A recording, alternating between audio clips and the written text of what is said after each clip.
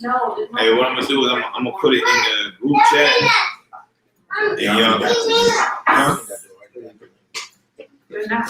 Hallelujah. It pops up on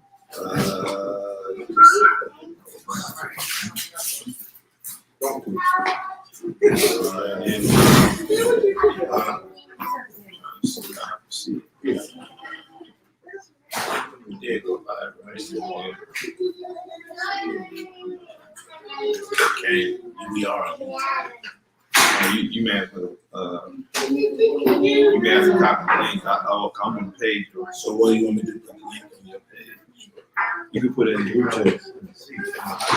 Copy. You can put it in the group chat for everybody.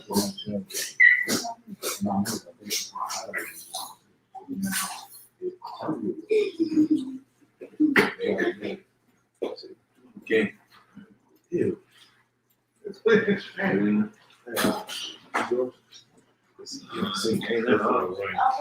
Rains. Rains toothbrush.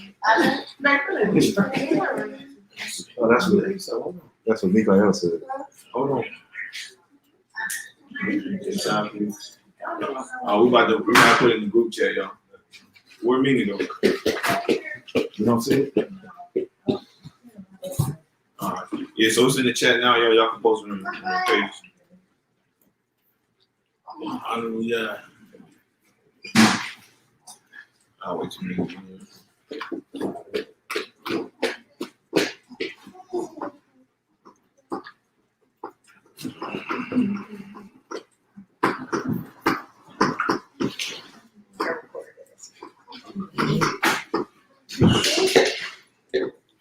Shabbat shalom, family. Shabbat shalom. Shabbat shalom. All right, y'all. A few announcements I want to make to everybody concerning a lot of the controversy and things that's been going on. I actually want to make a few now. But the first one, as y'all know, dealing with Malkut, Maccabee, and Echad, dealing with the information that they have put forth concerning conflicts, contradictions in the Bible, and I think most importantly, as far as the books that have been put out, as far as the Gospel of the Holy 12, the Essene scriptures, and all that, right? And so I actually personally been looking into it, diving into it. It's actually something I did share with Elder, so he knows about that. And the reason I'm making this announcement because I'm just gonna share with y'all what I've literally seen. Unfortunately, talk to people about it, or they come to me about it. With this new understanding that's been brought forth, it's caused a lot of the confusion. It's caused a lot of division. To the point that people are getting divorced. You know what I'm saying? Brothers is fighting. To the point that people's lives is getting threatened, including them too. I'm talking about like real killing. And one thing that I know about the scriptures is this. Truth is truth. It needs no explanations. And when it comes to a thing of confusion, it's a difference between you getting chastised or persecuted for righteousness' sake, and people are coming at you because of confusion. Okay. You get what I'm saying? Mark those who cause division. That's what the scripture says. And I've seen, unfortunately, this cause more confusion than what's the word I want to use, than bringing forth righteousness. Not to say the brothers is doing, I don't want to say this. Not to say that they're, I don't know what to really call it. Because right now it is bringing up evil. You just got to say what it is. It is bringing up evil. It is bringing up contention. And like I said, it's dividing homes. And that's just not of Yah, not at least in righteousness. And so I personally did read the Gospel of the Holy 12. And as y'all know, I'm a very, very big advocate for plant-based eating, healthy eating. Genesis 1:29, I'm a big advocate. And even to this day, I still believe that our people should subscribe to it. Just I do believe that, and I'll be a fool to say I don't. But reading that book, I saw that there was an agenda in that book about veganism. I saw that it was more about the diet and animals more so than the Messiah. It did speak about the Messiah, but you're seeing a push. Attention, your battery is fully charged. Please unplug the power adapter. It was an agenda behind it, and it just did not resonate with my spirit. And so I did toss it out. But even further, after further investigation and research, I'm looking behind the people who advocated or wrote the book out. You actually find a lot of these people are into Satanism. You find a lot of these people are very big advocates for veganism, period. I mean, even down to what you wear. And you see that in their history, they were going against the church. And these are Gentiles. These not brothers. These are straight up Gentiles. Even down to the story, which at one point I did believe, as far as to today, where the book was found, it was a monk. It was an actual monk. And so the problem is not the message.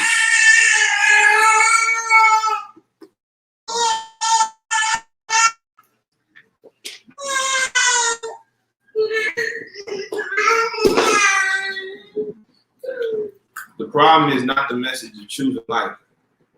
I agree with that. The problem is not even the issues of the 1611 version. The problem I've come across is saying that pretty much the whole scripture system. And I've yet to find that. And it's starting to seem, it's honestly like more of an agenda to me. Specifically, unfortunately, with I would say is my big brother, who I did call my teacher, Echad. And so typically until this all cools down and until this thing brings true repentance, I have to denounce Echad as my teacher. Hallelujah. Yeah. And now I'm not just talking about with the word. I'm talking about even as far as health. Until this is clear, until it is made plain on what's really going on, because unfortunately my name is associated with it.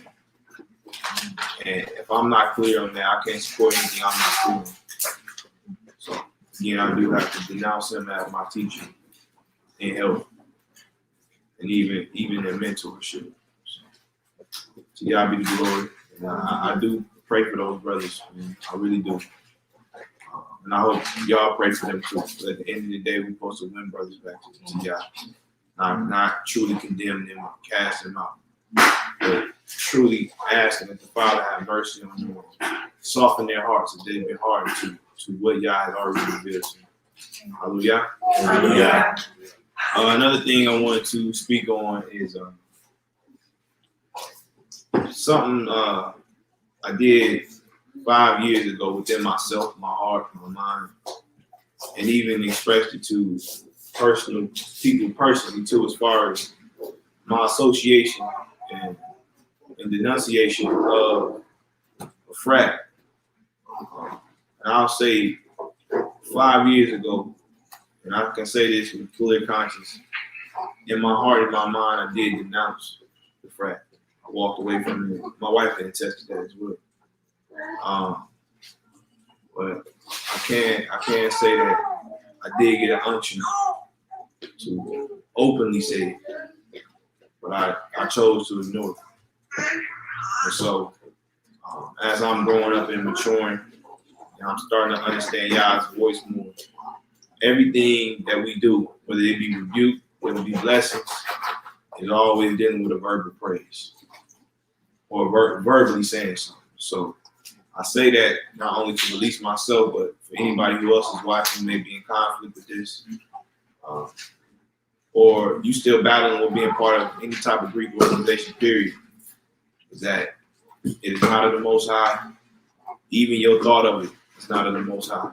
And so I proclaim this in the heavens and the earth openly now, that I do denounce being a part of any Greek organization, specifically Omega Psi Phi fraternity. Hallelujah. Hallelujah. Hallelujah. All praise. All praise to the Most High.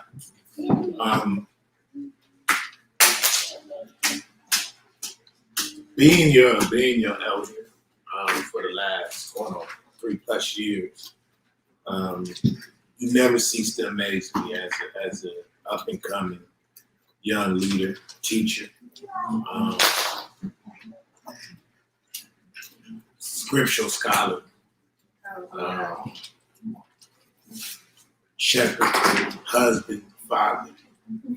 The many hats you wear for Yah's sake, I think this is one of your most challenging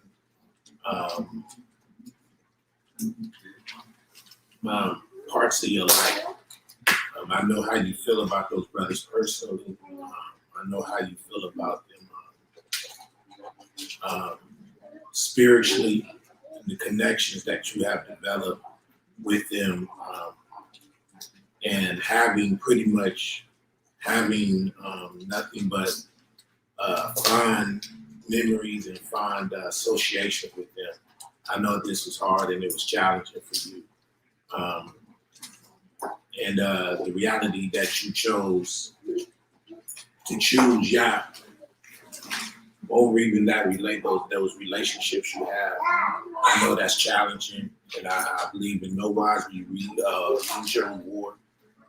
And I believe you and all the brothers that are standing in defense of the truth will actually be the thing that, if there is any room for repentance, it'll be you brothers that are standing in opposition to this error, to this heretical teaching that's going on.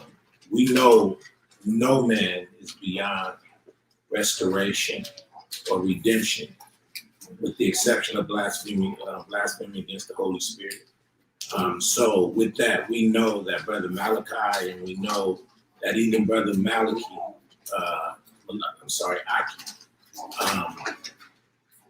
has a chance of restoration and redemption. So we do stand with you in that prayer. We do stand with you in that petition, that they'll come back into full understanding of the principles of Mashiach, and that is him crucified to redeem souls from death and sin. And we understand that diet is just as important as anything in this natural life. But at the end of the day, the gospel is there to redeem Israel from sin and death. And that is the center of the gospel and the reason why Mashiach came. And so anytime there's another message or another gospel being preached, we have to stand. We have to stand on that truth. Those are the only things that can restore and redeem a man. So I praise your courage to stand up and say those things. And may Yah strengthen you even more. You know, you're not only my little brother, man. I see you as a spiritual son in a lot of instances. And you know this little situation that had us at odds at times. But I praise Yah that he was faithful in you. You know what I'm saying? He's faithful in you. That you made a decision. And that you didn't obey me, you didn't obey anybody, but you obeyed the spirit of Yah. And so we give him all the esteem and all the glory. And I hopefully any other brothers that may be aligned with these brothers and their understanding hopefully you will give them the courage to stand. And I'm sure there's brothers even closer to them than you that are feeling the weight of this situation and the being torn, between what they know to be true and what has convicted them to change and change their lives is now being confronted with something new and foreign to them. But yet they love these brothers. So I know them young men, just like yourself, that may be under their tutelage and their understanding are now being in conflict.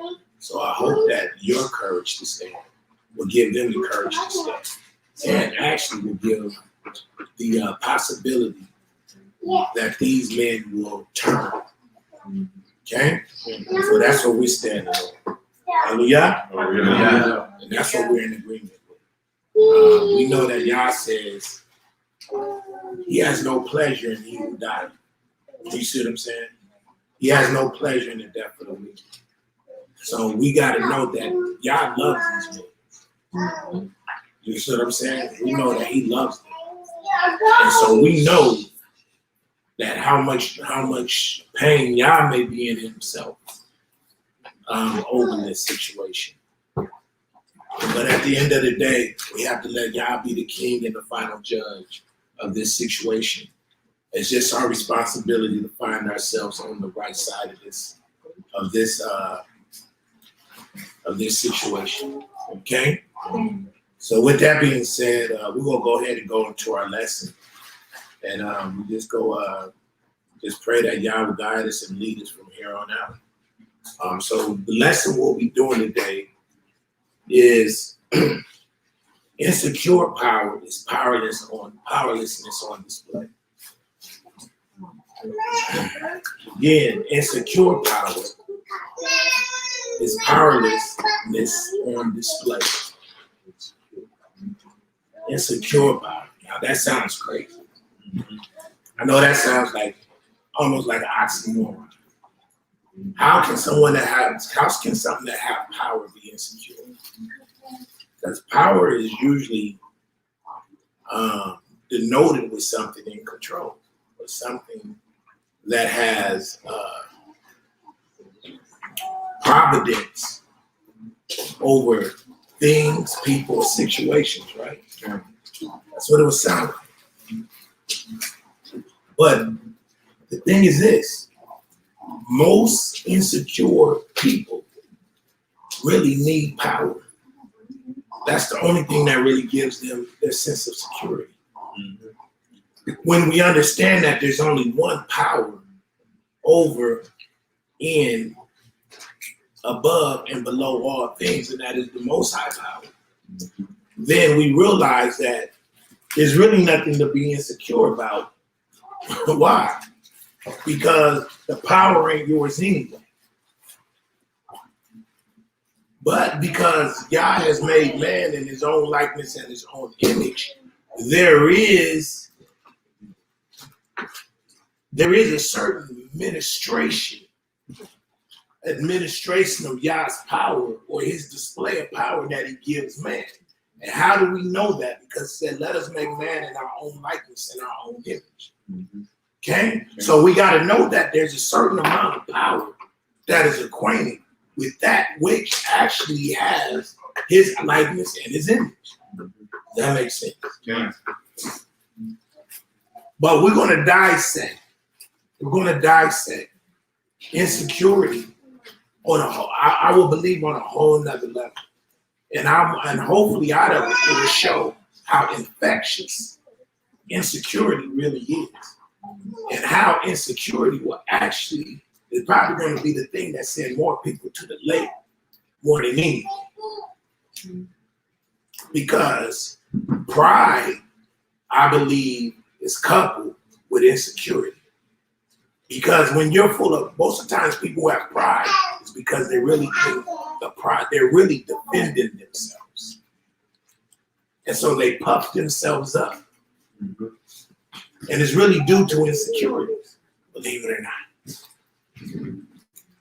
And this is why I say that it's powerlessness on display. Have you ever seen the most the person that has to project himself to be the loudest. Huh? Has to be the boastful. That's really tends to be the most insecure person in the room. Screaming out to you. Really saying how powerless they really are. But for the unaware, that may be blind to that, that's really just powerlessness or weakness on display. They will succumb to it because it seems like that person is powerful, therefore they're more dominant than me. Does that make sense? Something or someone that's powerful doesn't have to say it. Well, let me say this. Doesn't have to show it off. Now, when y'all say I'm all seeing, all knowing, all powerful, I'm omniscient, I'm omnipotent, he can say that because it's true. His creation screams out who he is. His creation testifies of who he is. Huh? Mm-hmm. So his character is as such that he doesn't have to boast about things by errancy of pride. He can actually say it because it's simply true. Period. But what I want to show is that what happens is most people who are insecure are ensnared into sin because they're really insecure. That means they really are naked. Yeah. They're really exposed and they're uncovered by the one who actually has all power. To think about that. So methodically, we're going to go down and I'm going to show you that this book is a book of psychology. If you get behind it, it'll actually tell you the psychology of the people that are making bad and good decisions. We're going to find out why the so-called nations are really against Israel is because out of their insecurities.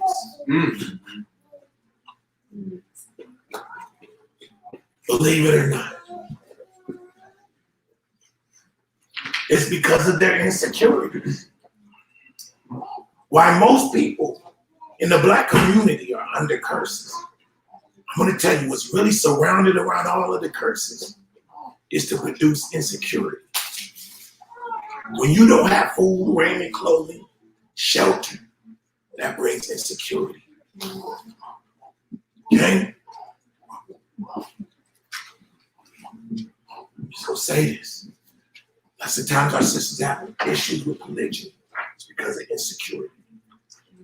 They feel like they're going to lose something they already have. Why most men are abusive to women is because of insecurity. Why they got to be verbally abusive to their women is because they're insecure of the God-given capabilities that she may have as a woman to actually serve him as a helper. It's really by way of insecurity. Yeah, I think the crazy thing is, I think one of the root things. Attention, your battery is fully charged. Please unplug the power adapter. Fear of the unknown. You know, and my fear is, will I really actually like it? You know what I'm saying? If I listen to it, will she really be right? You know what I'm saying? I think that's what it is of why men do that, because some men have mommy issues. So they never had that mom who comforted them. So to even seem as if all of it may be coming off not how you want it, but a place of comfort to make sure you on your one, you know, he takes that into offense as she's trying to control facts. You know what I'm saying? For women, it's because she used to men doing her wrong, men cheating on her, and men doing that. So her theory is that you want to like every other man who left her in the dust. But see, you don't understand that you don't really belong to yourself. Men and women When we realize we really don't belong to ourselves, you really lose your insecurity, because then you understand that the one that really owns you is the one that is to be your dictator, and that is the Most High Himself. But one has to give up their own right of existence to come into this revelation that I'm not made for me, I'm made for Him. Right. And so therefore, if I'm doing what He tells me to do, there's really nothing to be insecure about. Because I'm not my own. So let's do a definition on insecurity or insecure. Not firmly fixed, liable to give way or break. Say it one more time. Not firmly fixed, liable to give way or break. That means when it says liable, that means it's not a matter of if you will give way or break. It's a matter of when. Right. When you are insecure about something or someone, it's only a matter of time before you give in to that insecurity, and you will begin to try to take control out of fear. That's right. I need you to hear this. Amen.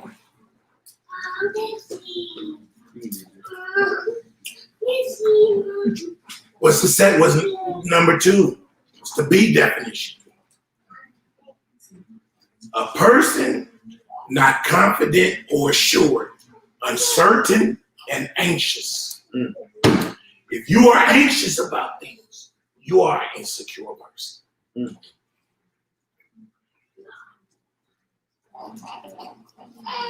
I got anxiety. Well, it's only because you're insecure. Because if you were secure, there's absolutely nothing to be anxious about.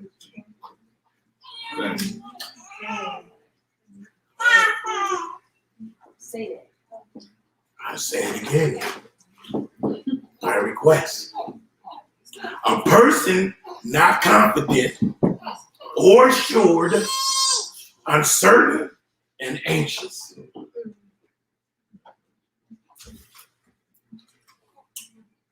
So you ever want to know, why am I feeling so anxious? Because you're insecure. Somewhere down the line, something has bled into your heart that has made you unconfident about who you are, as whether it be a woman or who you are as a man, and most of all, who you are as a son and a daughter of the Most High.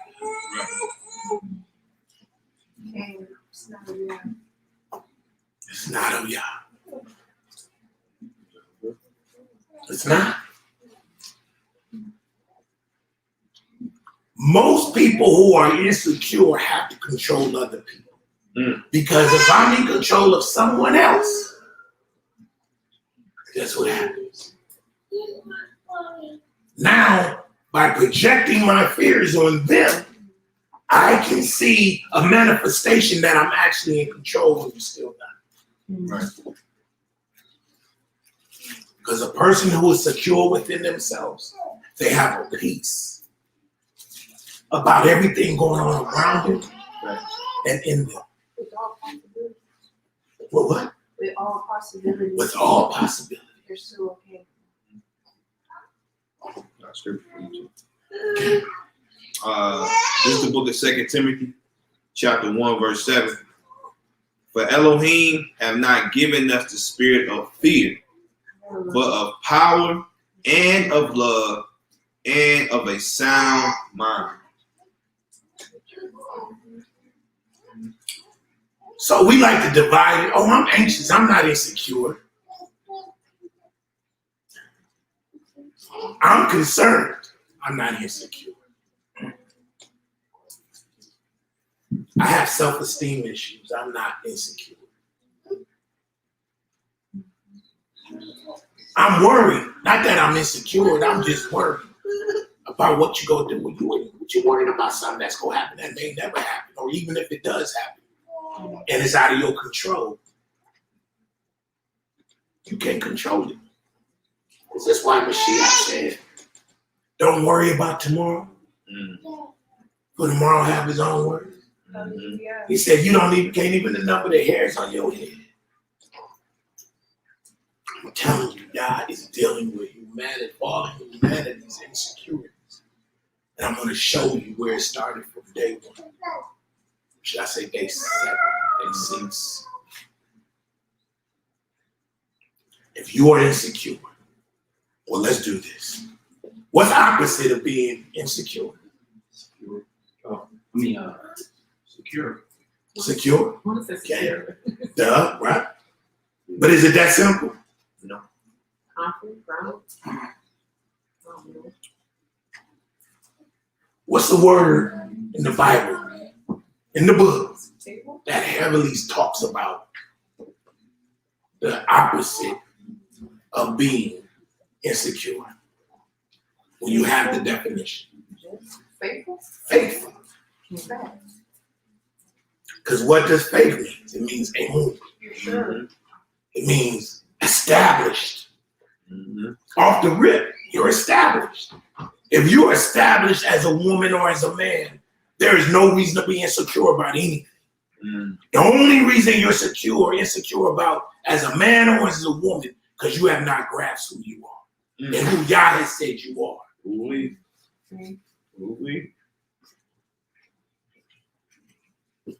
If you are doing what you're supposed to do as a man, you're a secure person. Because now you're operating within your function. And you know what we say. A man and a woman is a function. It's not a person. Right. A husband and a wife is not a thing or a person. It's a function.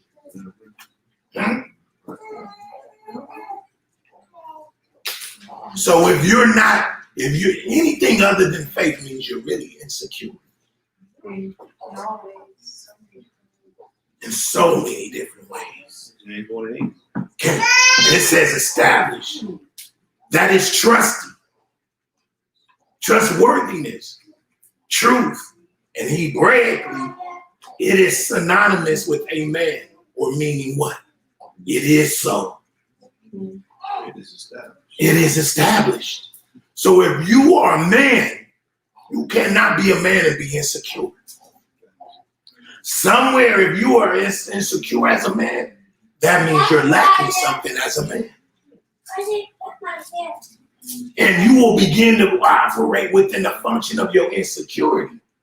And then what you would do in desperation will begin to try to control things. That is out of your sphere of control.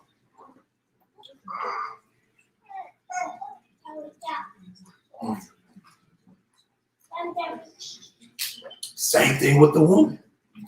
If you're not doing what a woman's supposed to be and do, you will be insecure. Because you're really worried about something else coming in and doing what you're not doing.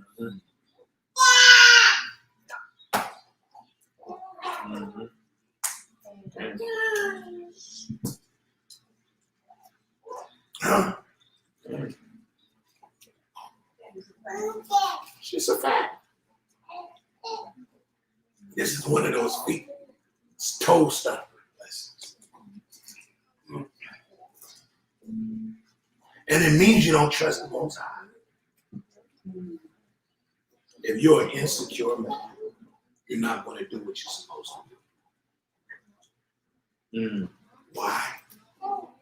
Because that means leaning and trusting on the Most High means what? That you are not going to get it your way. And then there's a risk of you not getting anything at all. So the opposite of being insecure is to be full of faith. You gotta have faith.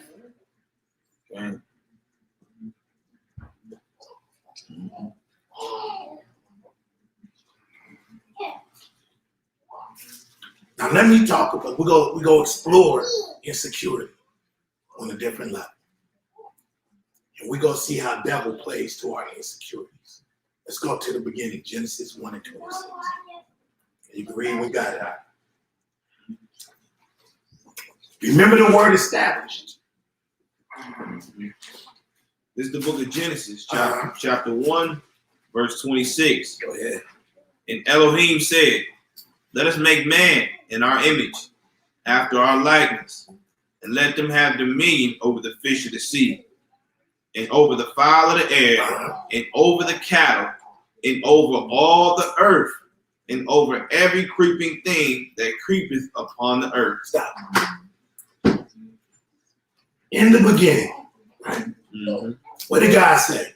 And God said, let us make man in our image, after our likeness, and let them have dominion over the fish.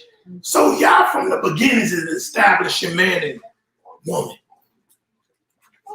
Yah has already said who man and woman is, and who they are, and who they are should be reflected. Okay? Him. So out of all of the creation, what is there to be insecure about?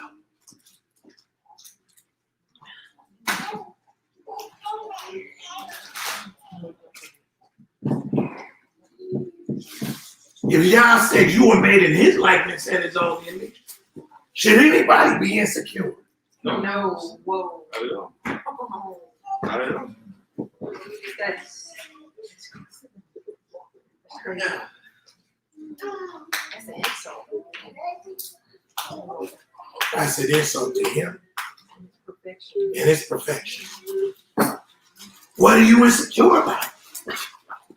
We're going to show how the insecurity played itself out. Read it. Verse 27. Uh-huh. So Elohim created man in his own image. Uh-huh. In the image of God created he him. Male and female created he them. Oh, so God, once he said it, he done it. So here's Adam and Eve being made in his likeness and his own image. Perfected in the splitting image. And I use the word. Said the Most High establishes man and woman in his symmetrical avatars. Yep. On earth. When I say symmetrical, it means symmetry. It means a splitting image. So when we look in the mirror we should be reflecting Yah as if we were in the mirror. We should be his splitting image. And the only reason you will look in the mirror and feel insecure about yourself in any way is if you don't see God's image in you. Hey, shouldn't see That's a yourself fact. anyway. That's a fact. That could be the end of the lesson. Yeah, that's Drop the Bible. oh my God. Drop the scriptures. Wow. That's the only reason as a man you're feeling insecure. It's the only reason as a woman you're feeling insecure. And it's because after he made us in his own likeness, his own image, it's because we were told to do something that we didn't find ourselves doing. Verse 28. And God blessed them, and God said unto them, be fruitful. What? Be fruitful and multiply and replenish the earth and subdue it. And what? And subdue it. Be fruitful, multiply, replenish, subdue. You ever want to feel insecure? Well, I don't want to get ahead of myself. I don't want to get ahead of myself. You going? I just want to say like that. Because the minute Yah is actually saying, by you being in my likeness and my own image, now I'm telling you to do things the way I do things. This is my character, to be fruitful, to multiply, to replenish, to subdue.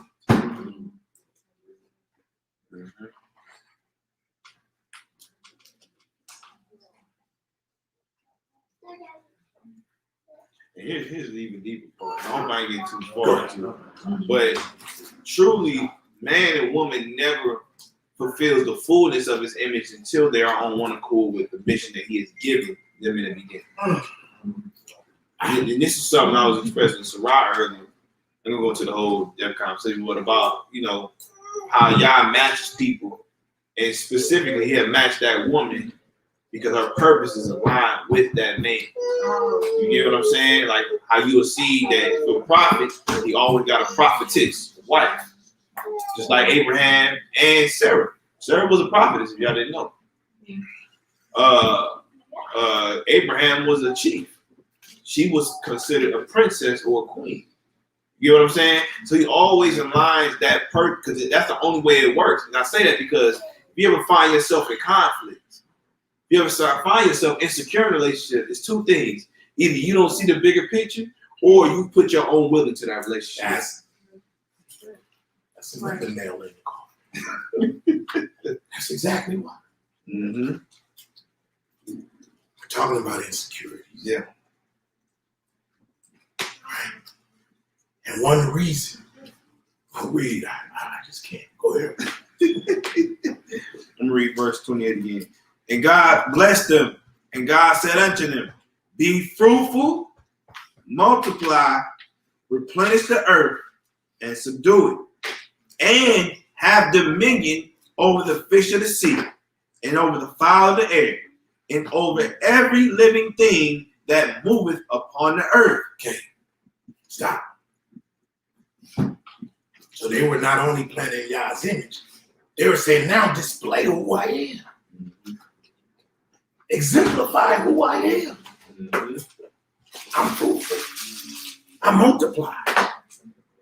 I subdue. I replenish. If you're not doing that, if you're not in the process of producing or yielding, you're not upholding his image. And you will continue to live an insecure life because you're not doing what you're told to do. Most men feel insecure about their women.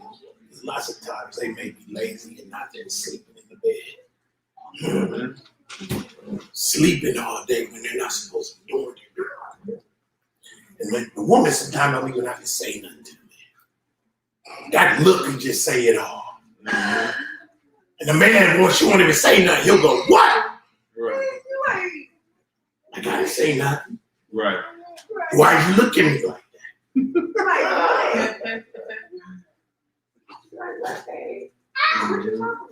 Because he knows that look means you're not being a man. Right. You're not doing what you're supposed to do. And she could call a man on that because the scripture said what she's supposed to be doing. Mm-hmm. Just one look. That's a fact. You can read that Negro his whole rights.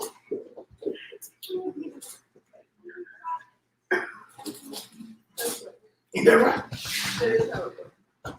The woman's foolish enough to be like, well, if you ain't gonna do what I do.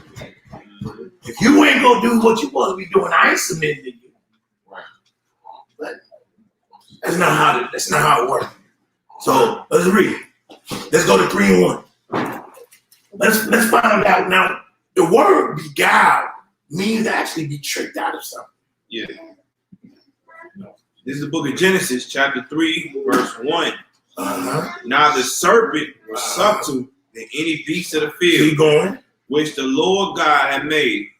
And he said unto the woman, yea, God said, ye shall not eat of every tree of the garden. And the woman said unto the serpent, we may eat of the fruit of the trees of the garden, but of the fruit of the tree which is in the midst of the garden, Keep going. Elohim have said, ye shall not eat of it, neither shall ye touch it, Okay. lest she die. So Kava, our mother Eve, she's going real wrong already. She's having a conversation with the serpent. Some people say this is the rationale mind. The mind rationalizes with itself. Why is she really being that? Right? Let's just stick with the narrative of the story. Let's say it's really a serpent that she's talking to. First of all, why is she talking to him? Right. And again, how did Satan know that this conversation was had? Okay? We'll go read 4. And the serpent said unto the woman, ye shall not surely die. For God does know that in the day ye eat thereof, your eyes shall be opened, and ye shall be as gods, knowing good and evil. Now, what's the problem with that? What's the problem with that?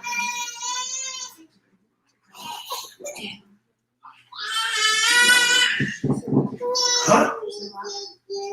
Well, that's a lie. You know he lied and said you won't die. What's the problem with him saying you shall become as gods? Okay. Insecurity. He lost They're already, God already said you like me. they're already in his image. Oh. You're already like us. Can't say that they have dominion over all animals, all creatures. He's basically telling them something they already have. They just were too insecure to realize it. Watch your time with match to just a little bit to make you think it's something that you already have. That's right. God actually make you trick you out of something that you already have. Right. The devil will make you so insecure into thinking that your man ain't a good man, that you will actually talk yourself out of having a good man.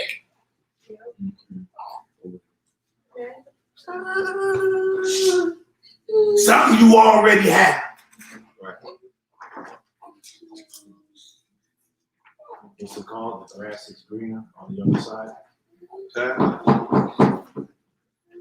That's it in a nutshell. For God doth know that in the day ye eat thereof, your eyes shall be opened, and ye shall be as gods, knowing good and evil. Here's the crazy part about that, right? For the fact that he said that she should have known, he had already proclaimed in the beginning that y'all gonna be like gods on earth. So what was he trying to make you question if you was already there? That's the beguiling of the serpent. Mm-hmm. He's there to seduce you and talk you out of what you already have. Mm-hmm. Because usually if something's trying to trick you out of something you already have, it's because they want it. And because of that, because of the fall of Adam, it gave Satan, gave him rule over that sphere or over that level of reality for a time. They gave up their authority. Yeah.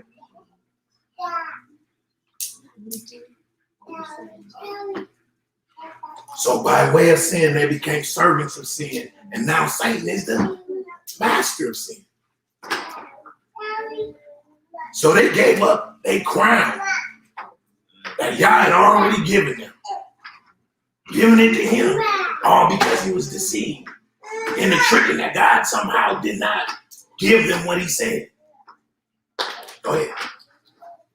I actually seen a movie a couple years back that basically has the same type of situation we're talking.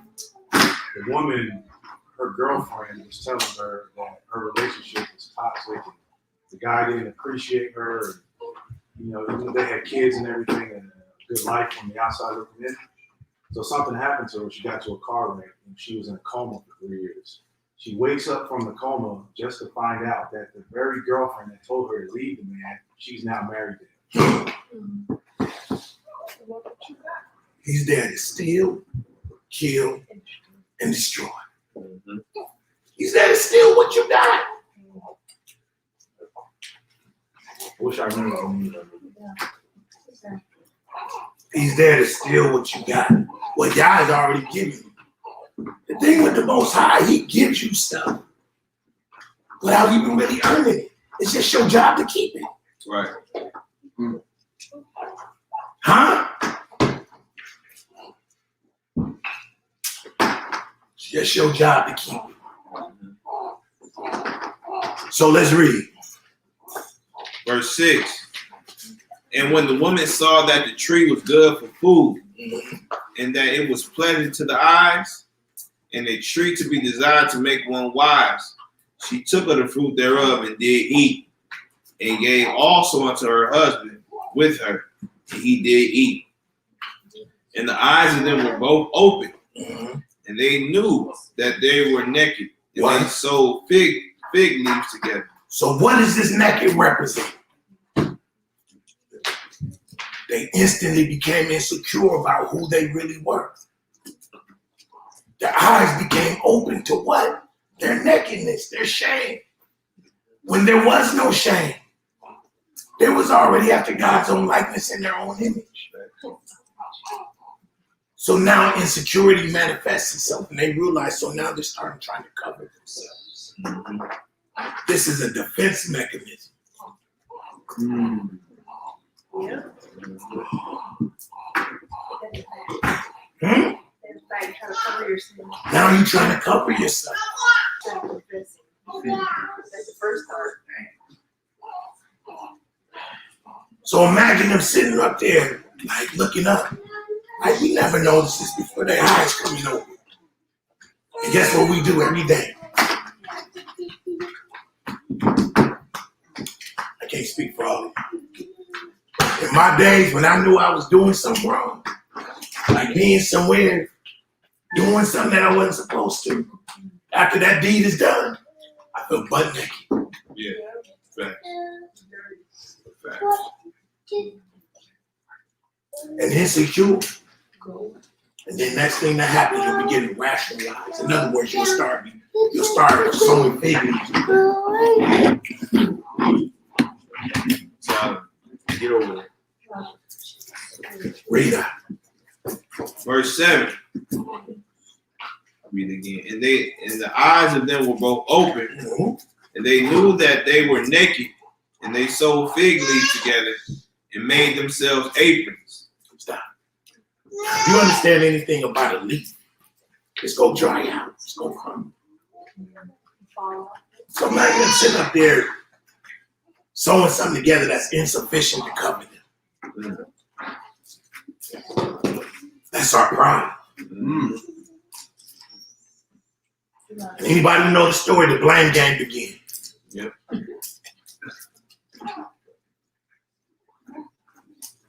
Go ahead. Verse 8. And they heard the voice of the Adonai, Yahweh, walking in the garden in the cool of the day. And Adam and his wife hid themselves from the presence of the Adonai amongst the trees of the garden. So they hide now. So they realize the fig leaves ain't sufficient enough to cover them from the Most High. Siding up there was ashamed of themselves. They became insecure about themselves. Okay. And this is the fruit of disobedience. The biggest thing that will make you insecure is disobedience. Okay? Okay. Hallelujah, Brother K.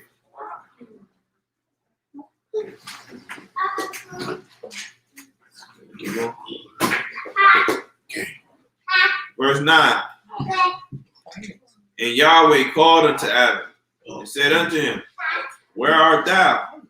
And he said, I heard thy voice in the garden, and I was afraid, because I was naked, and I hid myself.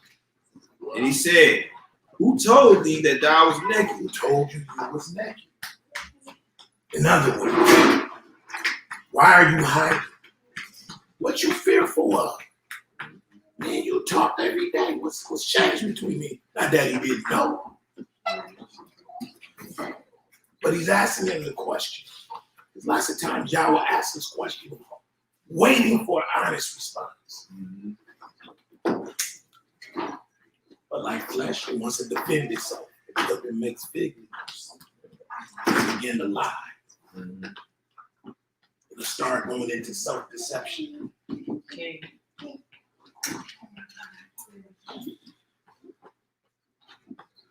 Then you like that boy home, you like Kane on what you call it?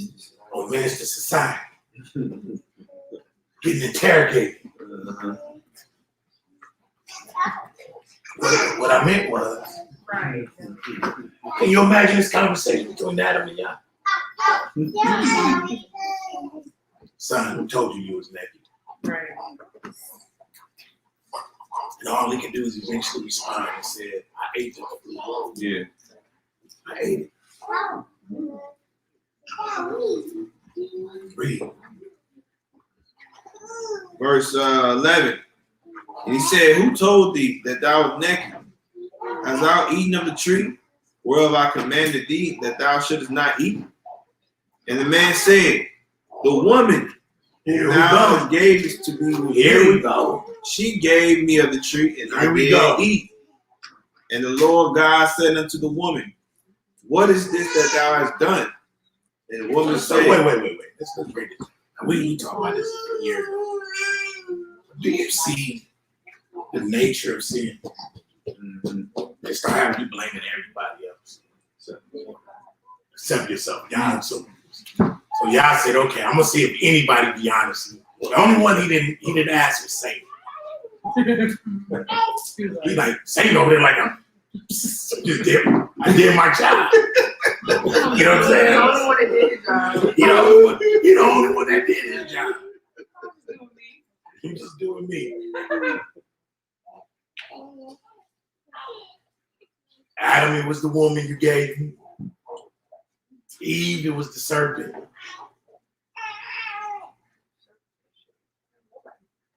These niggas are bitches. serpent is chilling. Serpent. You like, shit, ain't nobody tell me They like, this shit. shit. This is what you create, man. You sent me down, they down here with me now. Right. He said, God. Right.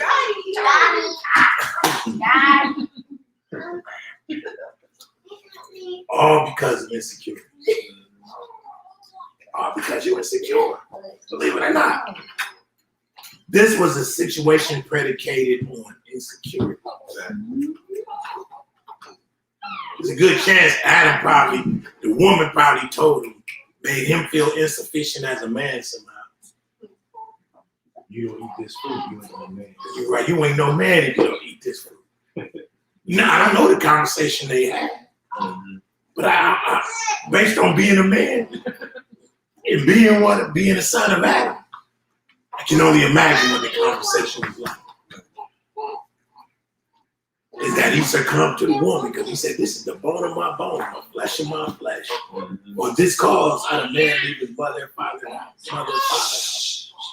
In other words, he loved her, but that was his flesh. Yep. That was his weakness. He was supposed to overcome.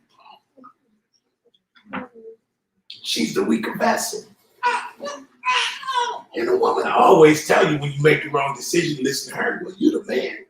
Right. And she said, say that to Adam. Like, bro, you the man, because you know they got to argue after y'all left. You should have checked it. Right. Supposed to be my rib. But my real wife got me in this, I'm listening to you. But you the man. Who told you to listen to me? So now guess what happens? They had odds with one another. Now they're insecure about their position and their place in the kingdom. And now they know that they open up the doors for Hashatan to actually rule. That reality. Okay? All because of insecurity. Where y'all think I'm trying to go with this, man? Yeah, what? Somebody take a shot. I think you're trying to say basically that the reason why Israel has a hard time coming together, and there's so many different doctrines and different things going on within our nation is because of insecurity. Which was brought about what? It's brought about division. Division. But what I'm trying to say, what I'm trying to really get to, that disobedience brings about insecurity. Yeah. That's what it brings about. when you're not doing what God's purpose for you to do, you'll become insecure and unsure about why you were here. So most of us, after we do it, we question ourselves, man, why I do that? Right. Why did I do that? You think God just said, I will put you and make you a nation above all people? What was he doing? He was trying to reaffirm Israel the same thing he told Adam and Eve. He said, but instead of you being man and he, them, now I'm making you a nation. Okay? Okay.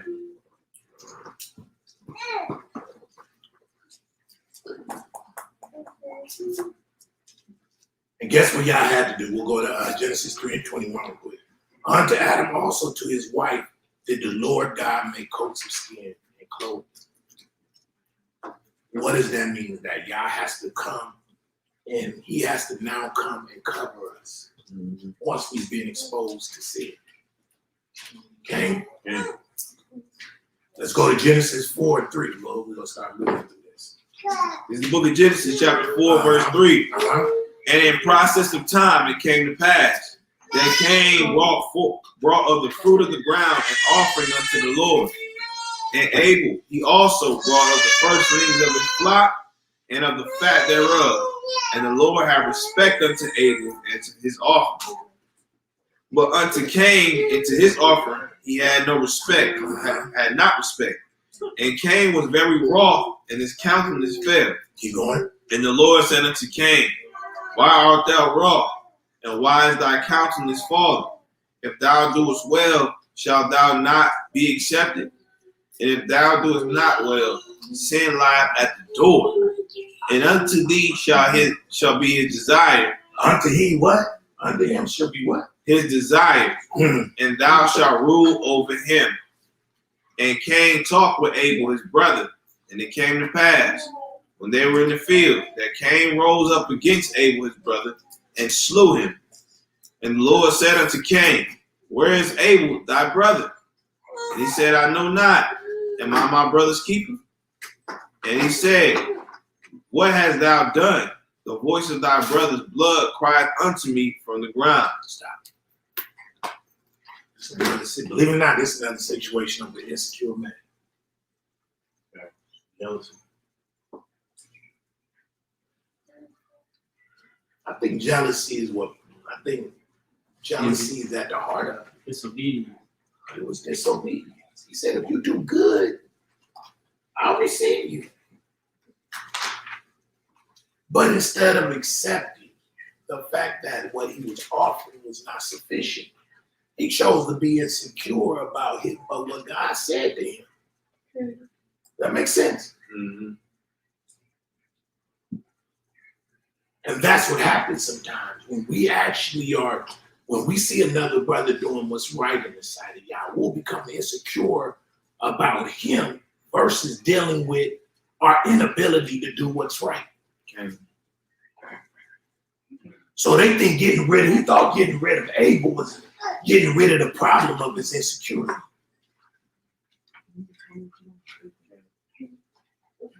That makes sense. Mm-hmm. And that's what most of us do. When somebody's very insecure, you know what they actually do? They'll begin to look outward and begin to attack people outwardly. Mm-hmm. Because they don't have that inner peace, that inner security of who they are and what God said about them. Right. And instead of him receiving that correction, say, yo, if you do good, you know what I mean? You ain't gonna have to sweat nothing. See what I'm saying? And instead of saying, you know what, if not, let me find out what Abel did right. Or let me study my brother and see what he's doing. And I'm gonna come back around and get it right. No. He had a living model of what actually Yah pleases Yah. He could have learned from. Okay. Well, but what does most brothers do? And the only reason they slander or they'll kill their brother. But why most men don't have that insecurity about themselves? Because they don't understand their purpose. Right. When you're out of purpose, you will be insecure because you're not representing God's image. Period. Okay? Let's go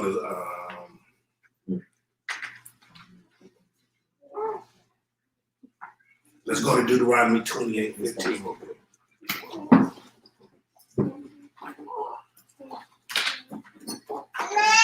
Now, when we read the curses, believe it or not, like we always say, really what the curses really represent is the total breakdown of the family. Okay? Because if you see what everything that's being attacked is the family. Okay. Everything. The ability to produce, the ability to have security over your people, over your land. What's the opposite of insecurity again? Security again. To be established. So if you are established, then guess what? And you're established in y'all, then you don't gotta worry about anything. Okay? Let's go to Deuteronomy 28:15. This is the book of Deuteronomy, chapter 28, verse 15. But it shall come to pass, if thou wilt not hearken unto the voice of the Lord thy God, to observe to do all his commandments and in his statutes, which I command thee this day, that all these curses shall come upon thee and overtake thee. All these curses shall come upon you and overtake you. What is it speaking to directly? It's speaking to the security of Israel as a nation. And it's the disobedience that brought about this insecurity. Whether you're insecure outwardly because you lack resources, or you're insecure inwardly as an individual, it's really because you're lacking resources, or you're really lacking the connection with the source. Okay. And that's what Yah is basically saying through the curses. You lost your connection with the source. You're not plugged in with me anymore. Okay? Go to Deuteronomy 28:66. And I'm going to show you that this is dealing with the spirit of insecurity.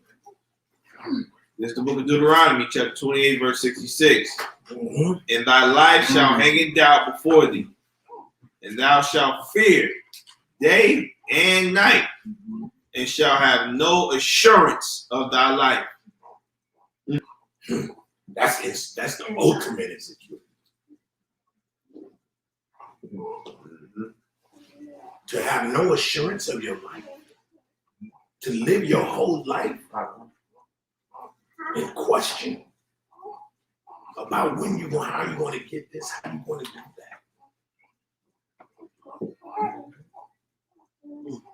that. That's insecurity. A whole nother level. So guess what? Israel is a nation of insecure people. A whole nation. Okay? We're going to talk about how perception affects and brings about insecurity. Wrong perception produces insecurity, which produces sin, / disobedience, which produces death.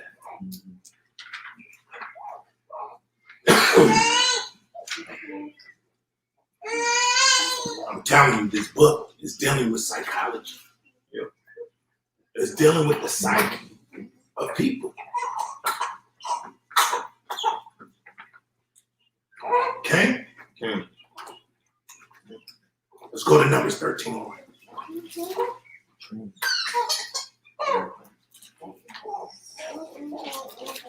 How you see yourself is the way in which you will correspond to Yah's word.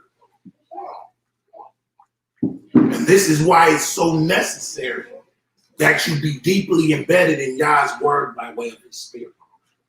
Because if you don't have confidence in his word, then your perception about who he is and who you are is going to be altered. Okay? Again, I want to make sure you guys understand. We're talking about how the spirit of insecurity works. Remember, the opposite of being insecure It's having it's being full of a move, being full of faith. Okay. None of you sisters should be insecure about another woman that's stepping this way. None of you. If you feel insecure about it, guess what's happening? You're not deep, you're not embedded, and you're not deep enough in God yet. Because if you know that you being a woman you're supposed to be, then you know that God's gonna defend your position. That's me. If you know that God has called you to a certain calling, then you should have all the assurance of knowing that God's going to finish what He started in you. Okay. And on top of that, if you're doing something that you're not called to do, don't feel insecure about that. You're supposed to have confidence in what you're calling and what you are called. Okay? Okay. I don't care if you're called to be a shoe shine man. If that's what God called you to do, then guess what? You are perfect in His sight. But an insecure man, an unconfident man, he will begrudge the calling that y'all called him to do.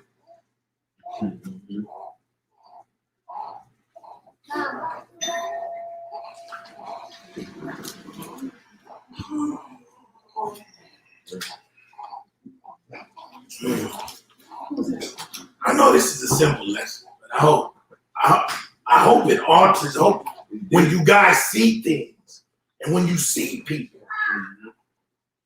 and evaluate situations, if you evaluate it through the lens of insecurity, you will not be on purpose. And this will be a way by me showing you this. This will show the way in which you can actually fight against that spirit of insecurity. Okay?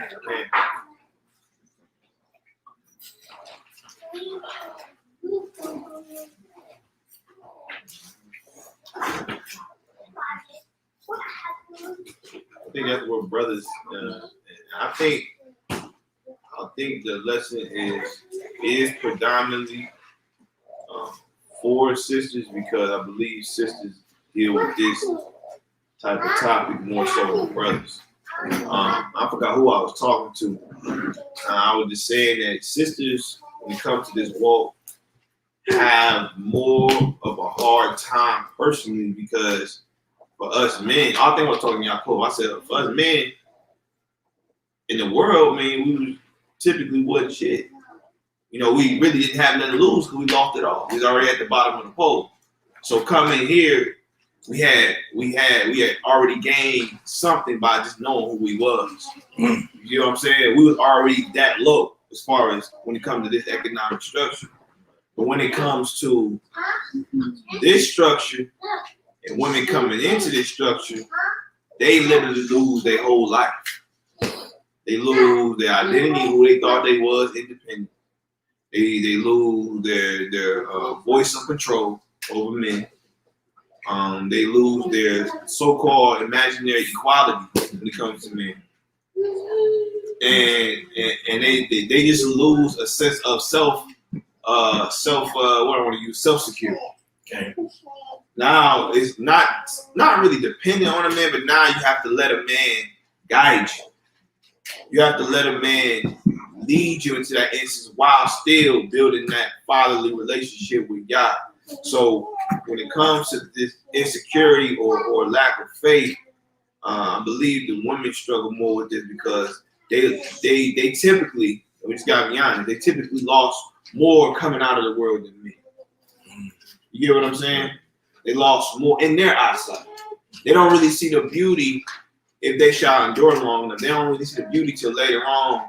They're like, dang, now that I let go of the wheel, it feels greater than when I was in the world. Okay? You know what I'm saying?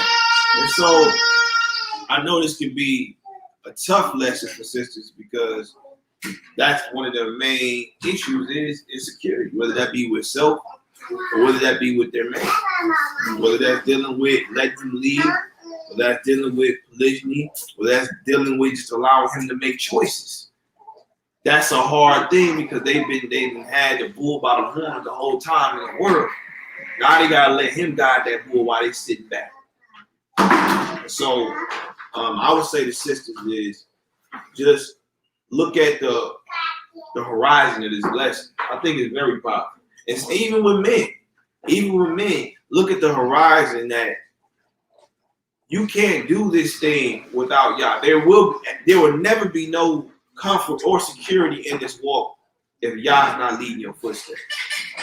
It just is what it is. And we really do have to lose ourselves of what we thought was true. You know what I'm saying? How we view marriages, how we view what a man should be, how we view what a woman should be. Because believe it or not, men also still kind of look at women in the eyes of the world too. You know, that be lots of brothers' complaint is because he's viewing the world, and because the woman, he told her to put a head wrap on and dress on, but that's not what he's really attracted to. He's still attracted to that very thing that got his rocks on, right? And not the beauty of the inward part of it. You see what I'm saying?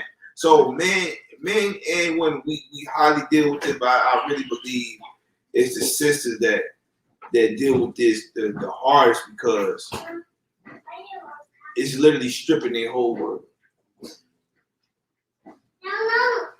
It's crazy how you brought that up because Myra and I, we was actually talking about this yesterday. What do you say?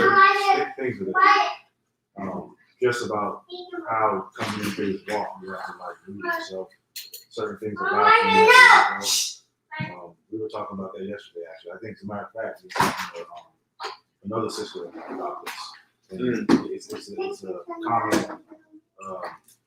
topic among sisters coming into this walk. That certain things that they feel like their whole identity is wrong. It is. Yeah. It is. Yeah,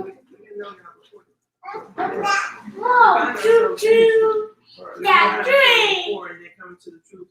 No, I think what it is sisters, once I think it's like a hurdle. You know, sisters before they get over that hurdle, they have to go with missing who they were in the world. And once they endure long enough, right? He or she endures what they're trying to say. Once they get over that hurdle, they'll see that there's a new identity awaiting. It's just that a lot of sisters don't give themselves time to find themselves, or for Yah to reveal to them who they are. Because that's what it is. The Most High is not going to always reveal to you right off the jump what you're supposed to do or who you are. You have to endure. What do you always used to say of it? Sit still. You have to sit still sometimes. Sometimes sitting still can be boring because you literally just sit still.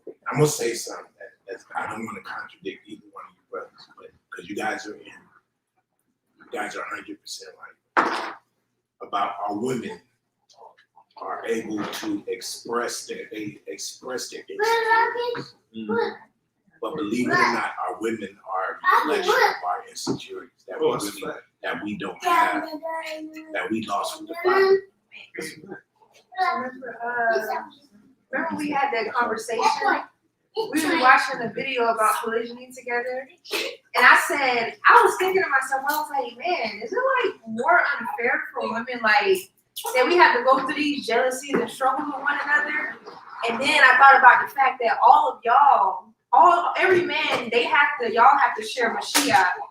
And you have to be okay with the fact that he might give him gifts that he won't give you. And he has to be okay with that too. And y'all actually do struggle. I don't believe that this is just for women. That's why you got so many young men sitting up there. What make them as a Hebrew is teaching. Facts. Right. Facts. That's why you got so many young men sitting around there basically emulating what they think they see, because they think that's the whole essence of being a Hebrew man. Where the essence of being a real Hebrew man is being a functional man that is producing. And that is, but so we think that we hold to the whole thing of getting a woman to submit to us, but not understanding that in our nature we're not submitting to God. Right. But we think somehow we're in control of ourselves and we're in control of our women. It's a twofold thing. I think it's almost harder for the men because women, we already used to insecurities. I mean, in the world, Right. we've been living this life. So Yeah. it's not even that part's not really hard because we've been insecure. But as far as the walk, the walk to be righteous, that is hard because you got to go over that hurdle in order to get to the righteousness. But for men, y'all can't express it. Y'all didn't start with nothing. Y'all end with nothing. Your daddy ain't got nothing. You ain't got nothing to give to your kids. That's an insecurity that y'all don't even get to express because nobody's able to speak on it. If you guys talk to each other, then you're pumped. If you guys work it out together, then you need help and you feel insufficient. So I believe it's kind of harder for the guy because then you guys now have to control a girl that was in the world if you didn't grow up in this Hebrew life. And then that lets you know even more. Not only am I nothing in the world compared to what everybody says, like, damn, my wife and my kids don't even give me that love. I can't even get it from that. And then I got to believe that I'm speaking and connecting to a God that I've never seen, touched, heard. You know what I'm saying? So I think it might be a little harder on the men because we already deal with problems. So it's just us getting over ourselves. Y'all got to deal with a whole nother beast of insecurity is that trickles down to everything below you. And you can't be mad at him either. Like, we could say, oh, you treated the other wife more fair to me. Y'all cannot do that. You cannot say that the Mashiach is giving you more than he's giving him. You can't do that because he's blameless. So I don't think it's just for women. I think brothers have a lot against each other that y'all just don't talk about it. And that's why a lot of men don't submit to other men. That's why a lot of It's a lot of pride. That's being real. It's a lot of pride. And that's why there's a lot of men that tend to be loners. There's a lot of men that tend to be renegades. There's a lot of men that literally cannot submit to Yah's real given authority. Because they are insecure, because there takes a level of trust you gotta have. Yeah. And I believe our women just magnify the insecurity that's in the nation. Yeah. See what I'm saying? Just bring the hot mess. Right. And if you see all of the issues on Facebook or on social media, all you hear is a bunch of insecurities. Facts. Facts. That's big facts. A lot of the debates. That's a lot. I think I'd rather be a woman than a man. That's all I gotta say. And we're gonna read, find out how insecure men are. It's bad. Let's go to Numbers 13 and 1. Now remember, what we're going to talk about now is perception. And remember, it's even in the beginning of Genesis, he was saying how the fruit was good to look at. So this is dealing with how we see things, how we perceive things. That everything that necessarily, that's because it's bad or good, does not necessarily, just because something look a certain way, doesn't mean that it is a certain way. Right? And so how we're perceived, and like I always say, our woman is always really the best illustration of the nation. Right? Our women choosing to actually be naked actually represents how uncovered we really are. Yeah. That's a fact. That's a fact. The more that is actually true. I hate that. You see a woman walking around with booty shorts on. It's pretty Right. heavy. The She's whole not covered. booty out. And I don't mean the clothes, but covered spiritually. And the women are not covered. That means that the men are not covered. We're exposed as much as we want to play like we're not. That is But we're exposed to the demonic. Okay? We're not under our cover. Okay? And why men enjoy it, even that we try to get our Hebrew sisters to cover up. One of the reasons why we're still attracted to the half-naked women is why. We're still attracted to the covenant we made with Satan by way of disobedience. Facts. Facts. That's a fact right there. And it's something that we all struggle with. And so we always try to, like I said, one reason I believe Yah sent us all into slavery together, so Yah can make the playing field even. very. So guess what? Brothers had to look over and see they women in slavery with them. Right. A slave can't tell another slave what to do. Right. Righteous. Yeah, that'd be argument. That's a whole argument right there. You pick the cotton. Right. You sit there and pick. I mean, your woman is picking cotton right next to you. Now imagine that. How out of order is that?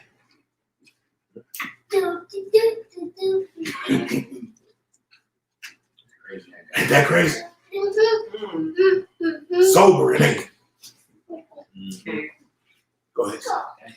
I was going to ask you, Scripture says something about men and insecurities with, their gifts. And I don't know if you, I know you went to Numbers, but I don't know if you were going to number 16. Korah, and then how they were jealous of Moses. I could have went there. That's a good example. But no, we're not going there. So go ahead and bring it out. Oh, they were jealous of Moses, but Moses was like, aren't you guys Levites? Yeah. Aren't you guys Levites? Yeah, Is that not enough for thing. you? Is that not enough for you? Trying to tell y'all we just as insecure. So that's a good example of how men are insecure. Y'all just don't admit it. Well, hold on. And no, they do. No, y'all don't talk about y'all feelings. Y'all don't. No, they do admit it though, but they admit it through debate, like it's stuff on social media now. They admit it through debate.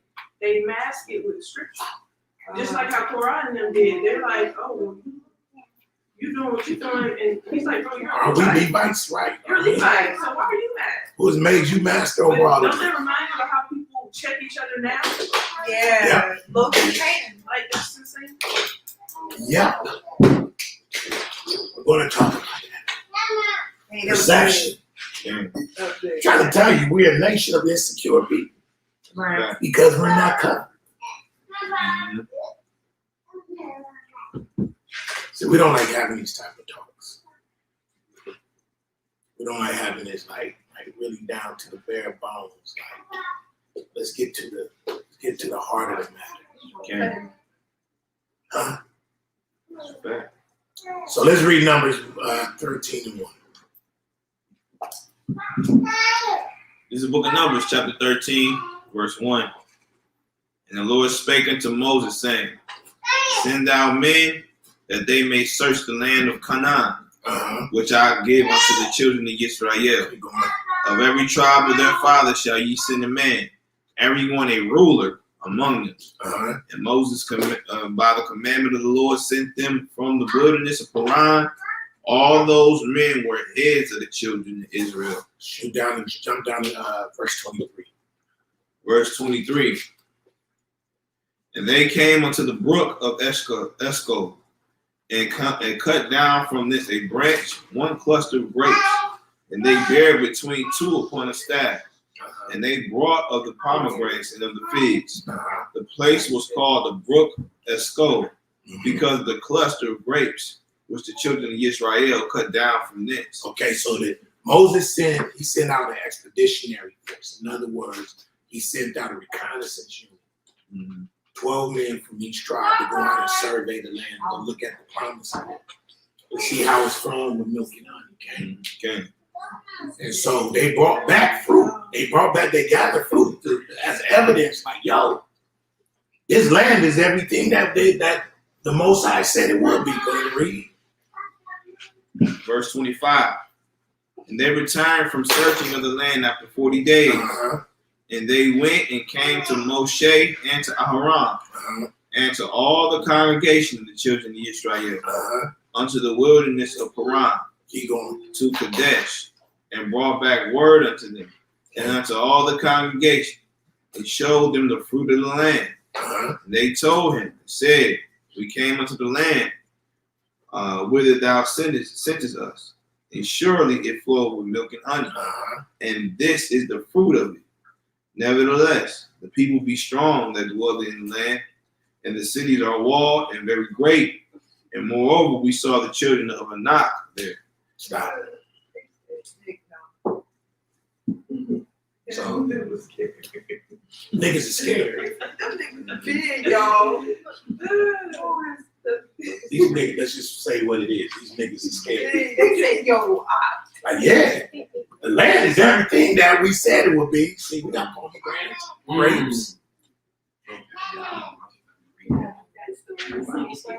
they came back in.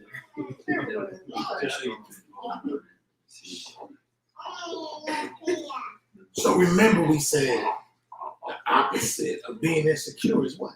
Faithful. So these men are very insecure, believe it or not.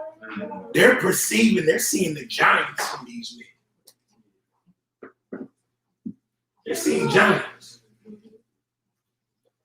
Where one that has a moon or is established in God's word, all they see is that the land is everything God said it would be. They didn't focus on the giants, those who go in the region. Verse 29. The Amalekites dwell in the land of the south, and the Hittites, and the Jebusites, and the Amorites dwell in the mountains. The Canaanites dwell by the sea, and by the coast of Jordan. And Caleb stilled the people. And what did Caleb do? Stilled the people. What happened? Before Moses said, "Let us go up at once and possess it, for we are well able to overcome it." Now wait.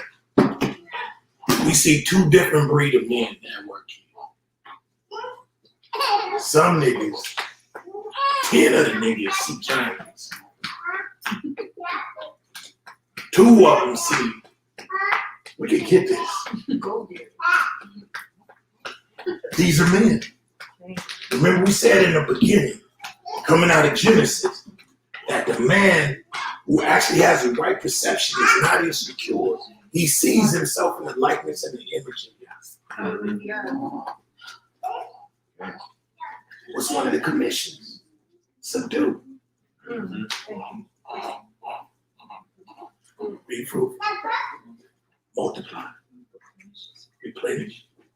Subdue. God doesn't change anything. I say it all the time. All he's doing is trying to get us to do the last thing he told us to do. That's right. Dang. I feel real bad. People trying to just listen. Over and over and over and over again. Saying the same thing.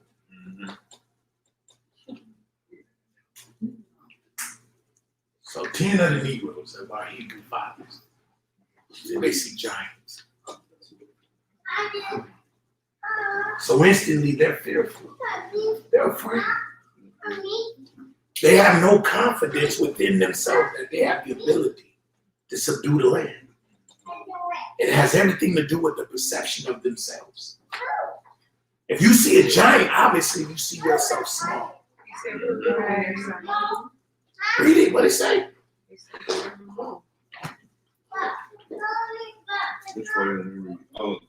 Verse 28.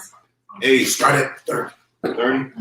And Caleb stilled the people before Moses and said, "Let us go up at once and possess it, for we are well able to overcome it." But the men that went up with him said, "We be not able to go up against the people, for they are stronger than we."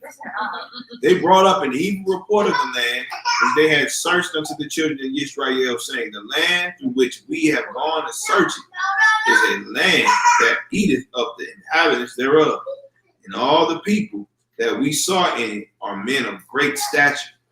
And there we saw the giants, the sons of Anak, which come up of the giants, and we were in our own sight as grasshoppers." What they say? In their own sight. In their what? In our own The sight. level of disrespect.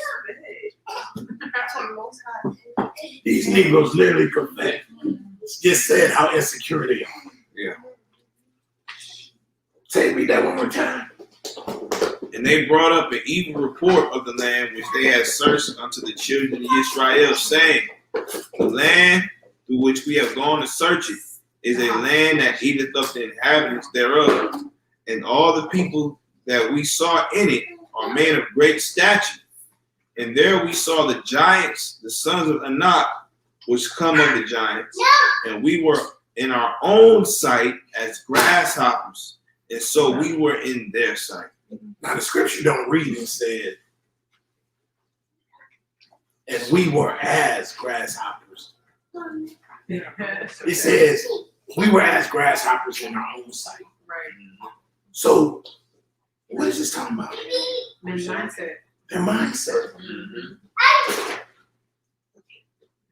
These brothers was full of fear. And they were insecure about who Yah said they were. Period. I'm trying to show y'all, men are just as insecure as women. But let's see what happened. Jump down to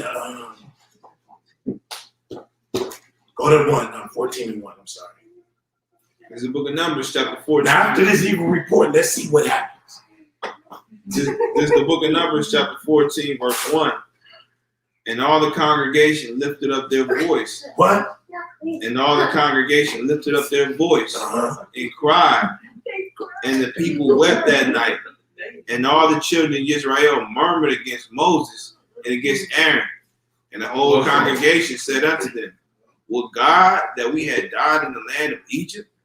Or would God we had died in this wilderness? So this is what's happening. These scary Negroes. And I, you know what? I want to be understanding to the fathers, right? Because perception is everything, and how you see yourself is everything. But these Negroes brought back an evil report because of their fear and their lack of trust. Their amun, instead of being established in Yah, versus the way they see themselves. And this is why it's so important that how we see ourselves will cause us to become disobedient. If you let your insecurities drive you and compel you, you will literally begin to murmur against Yah. Your perception, how you see a situation, and how your perception, how you see yourself, will actually cause you to go into disobedience. Okay. And your fear and your insecurities will begin to spread with other people. You will begin to put doubt and start searching out other people to literally spread that insecurity. So your insecurity will be valid.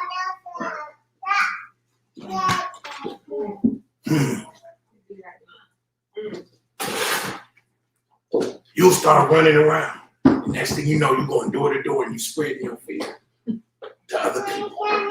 And your perception of how you see yourself will begin to spread to other people, and you'll begin to contaminate the camp.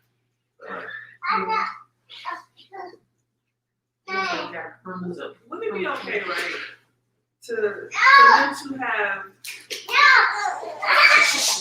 I guess, feared, but still been obedient? That's a fact. Right? That's what you better do. Because, I mean, to be honest, the people crying out, I mean, y'all didn't even see the people. When they just came back, y'all didn't see them, so I don't know how. But, you know, as far as for the people who went, they seen it. So, you know, I can understand why they would have a certain level of fear in them, but their fear shouldn't stop them from being obedient. But this is the thing. You got to understand, God already brought them out by a mighty hand. Right, so they already have it. He done parted the sea. He done put plagues on Egypt. This is those people who I like to call repeat offenders. These are people that Yah move in, do show his power, and then because he didn't do the last thing, they just get addicted to what Yah's doing.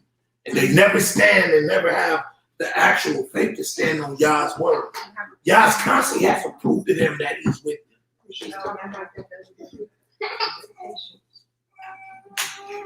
Where you constantly, well, I need to see this sign. I need to see that sign. I need to see this one. So you gotta keep. So you want Yah to become a genie, or you want him to become a cohabiter of your insecurity and feed your insecurity. You're like, no, eventually you better believe who I said you are. I'm not gonna feed your insecurity. I'm not here for you. You're here for me. You either believe what I said about you or you not. Right. That's what it comes down to. So what did they say? Go ahead. Verse 2. And all the children of Israel murmured against Moses and against Aaron. And the whole congregation said unto them, would God that we had died in the land of Egypt, or would God we had died in this wilderness? Wherefore hath the Lord brought us into this land? Y'all tell the people to do it something a certain way, and then they don't do it. And then they actually start blaming the people who y'all actually told them to do.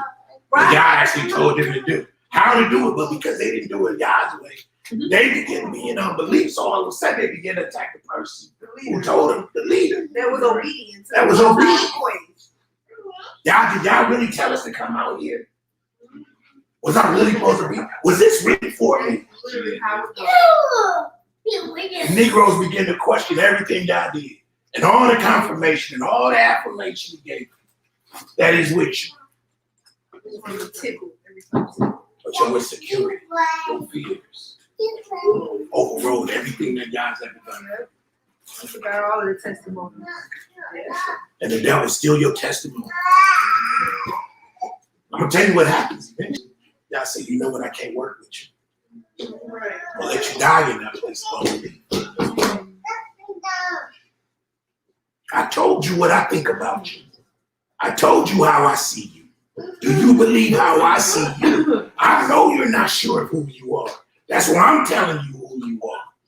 So you won't have confidence in who you're not, but that you'll have confidence in what my words say you are.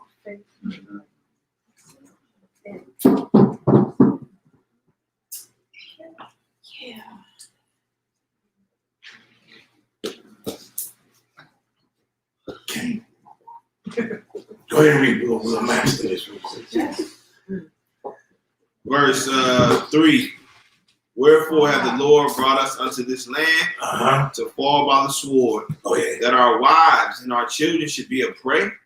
Were it not better for us to return into Egypt?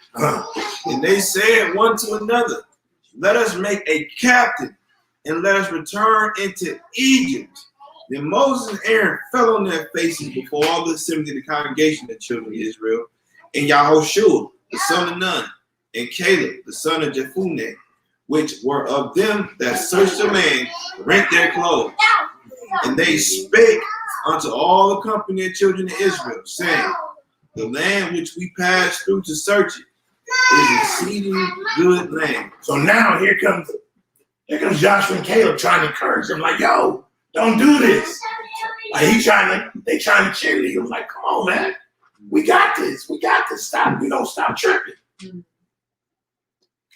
But in their heart, the unbelief already said it. So for time's sake, what happens is these Negroes eventually will get up the gumption to go. Now God say, no, don't go. They go, no, we gonna go.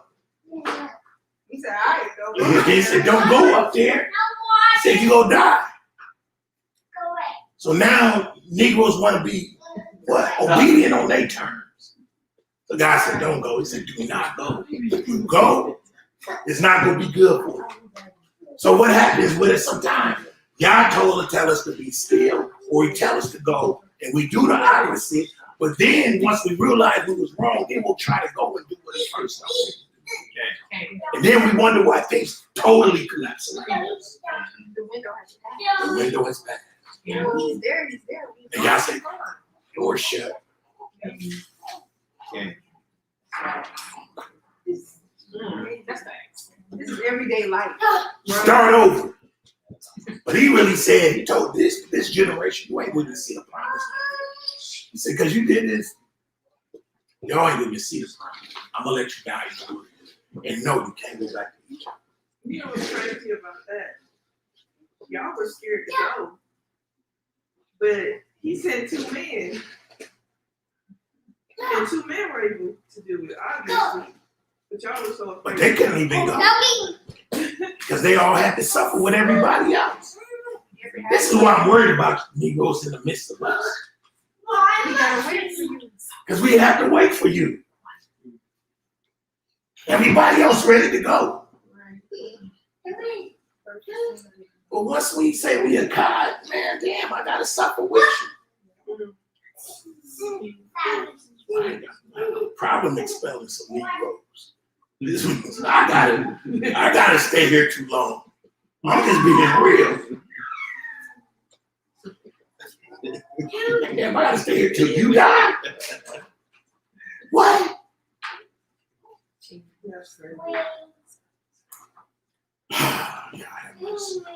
All right, let's get ready to wrap this up. Let's go to 1 Kings 11:1. We're still dealing with insecure. This part of it is dealing with insecure kids.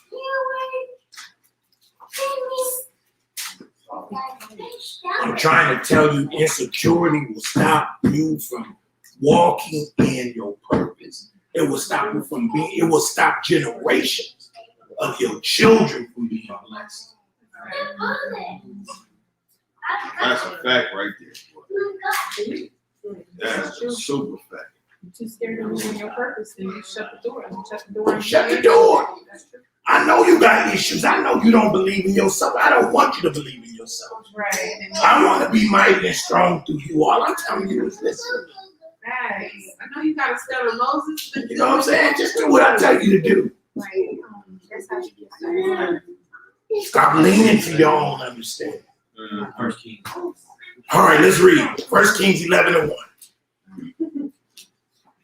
1 Kings chapter 11, verse 1. But King Shalomo loved many strange women. He loves some strange sisters. He loves some strange women. Go ahead. Together with the daughter of Pharaoh, women of the Moabites, Ammonites, Edomites, Zidonians, and Hittites, of the nations concerning which the Lord said unto the children of Israel, ye shall not go into them, neither shall they come in unto you. Keep going. For surely they will turn away your heart after their gods. Okay. Solomon clave unto these in love. Stop. Jump down. So we know that Solomon loves strange women, and here's the results of his, or the consequences of what he did loving these strange women. Okay. This may be for some of you brothers out there thinking like you convert a woman out there in the world. Yeah, You know, some of us do say, man, it's easy to convert a sister out there in the world. There's some of these sisters that's the truth. That would be, forgive me, I think I've said it, but I'm just being honest. Can I just be honest? No, in other words, you don't want somebody that know that word. Well, no, I don't know the word. That's some kind of problem. We just some of y'all just put rings and dresses on and stop it. Little lion, you know what I'm saying? That's where y'all stop at. You know what I mean? Sure, that's where we be at sometimes.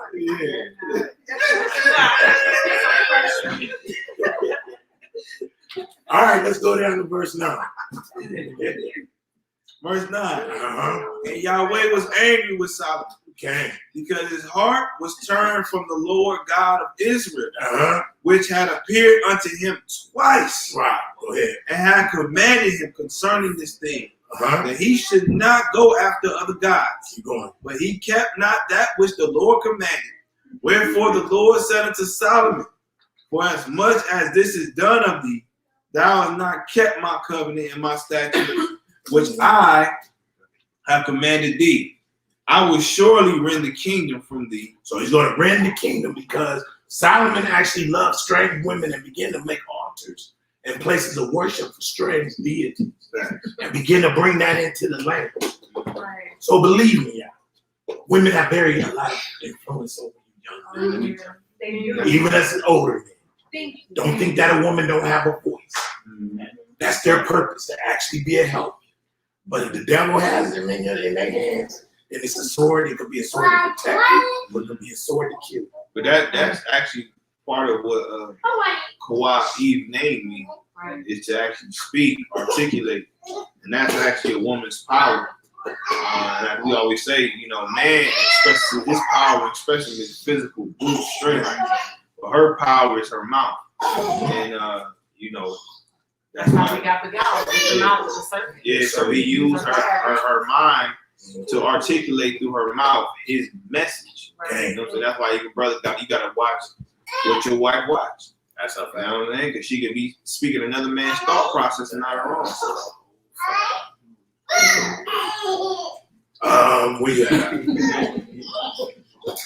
We have verse 12. Okay, go ahead. Notwithstanding in our days, I would not do it for David, thy father's sake. So in other words, he said, I'm not going to rent the kingdom from Solomon. He said, for David's sake. He said, I'm going to let one more generation be basically run Israel and Judah. Okay? Go ahead. But I will rend it out of the hand of thy son. Howbeit, I will not rend away all the kingdom, but will give one tribe to thy son. And that tribe was Benjamin. Go ahead. For David, my servant's sake, and for Jerusalem's sake, which I have chosen. You know what I noticed? This how you know we have to be secure what we do. Because what we do in this life, it truly does echo to our children. That's a fact. You got Adam, fell upon his children. You got David, obviously his child died. You got who else? You got you got Cain. You got Ham, fell upon his son. Okay. And man, it just you truly can echo generational curses through your insecurities. You really can. You know, and I think that's what we really got to understand: the security of we do have the power to truly mold and shape our children's life. That's for men and women. What you do in this life, your children will do the same or worse. Or if you're doing good, they will do better. So just always remember that we are all examples for our children. You know, your insecurity. I mean, all of us can attest. How many of our parents' insecurities fell upon us? You see what I'm saying, y'all? I mean, and so we already understand. Women to raise their children. Don't let no man have your job, control your money. Don't let no man, be over you like that. Or, you know what I mean? And they'll speak that insecurity. Yeah. Older men will tell you, man, you can't trust them hoes. You can't love them hoes. Yeah. You see what I'm saying? And we'll get that same mentality over us. Yep. See? And we're speaking of fear via insecurity, but then that's overturning everything y'all said that we are. Right. We are supposed to be the them and him. Mm-hmm. Okay. Go ahead and read. Verse 14. And the Lord stirred up an adversary unto Solomon, Adaiyah the Edomite. Okay, stop right there. So what's about to happen is an occurrence of events is about to happen, where it's actually about to start the process of the kingdom being split, written to. Now jump down to 1 Kings 11 and 28. 1 Kings chapter 11, verse 28. And the man Jeroboam was a mighty man of valor. And Solomon, seeing the young man, that he was industrious, he made him ruler over all the charge of the house of Joseph. Okay. And it came to pass at that time. So let me say something real quick. Sometimes y'all can be raising a young man that's going to replace you right underneath. That's a fact. I'm telling you, nobody should ever think they that special. Right. But they think they cannot be replaced. It ain't nothing for the most part. It ain't nothing for the most They do high. it so quick. This is why you got to man your position. You got to walk in your purpose. Play your role. You got to play your role. Because this is the man that's going to actually replace him. Right. Go ahead. Verse 29. And it came to pass at that time when Jeroboam went out of Jerusalem, that the prophet Ahijah, the Shilonite, found him in the way. He had clad himself with a new garment, and they two were alone in the field. And Ahijah caught in the new garment that was on him and rent it in 12 pieces. Remember I was talking to Echad real quick? I was talking about how Yahweh, you actually use prophets and use them as a sign. Ezekiel and all that. So he put on his new garment. In other words, the garments represent the king. Right. So he put his garment on and he clad it with him. And so it's a clean garment. It's a royal affair. Okay? Mm-hmm. So go ahead. Verse 31. You want to read 30 again? Yeah, go ahead and read 30. And Ahijah caught the new garment that was on him and rent it in 12 pieces. And he said to Jeroboam, take thee 10 pieces, for thus said the Lord, the God of Israel, behold, I will rend the kingdom out of the hand of Solomon and will give 10 tribes to thee. Okay, stop right there. I want everybody to listen. Listen, because this is very important. That when God gives you a word about who you are, Mm. You have to, as the words say, heed. You have to hearken.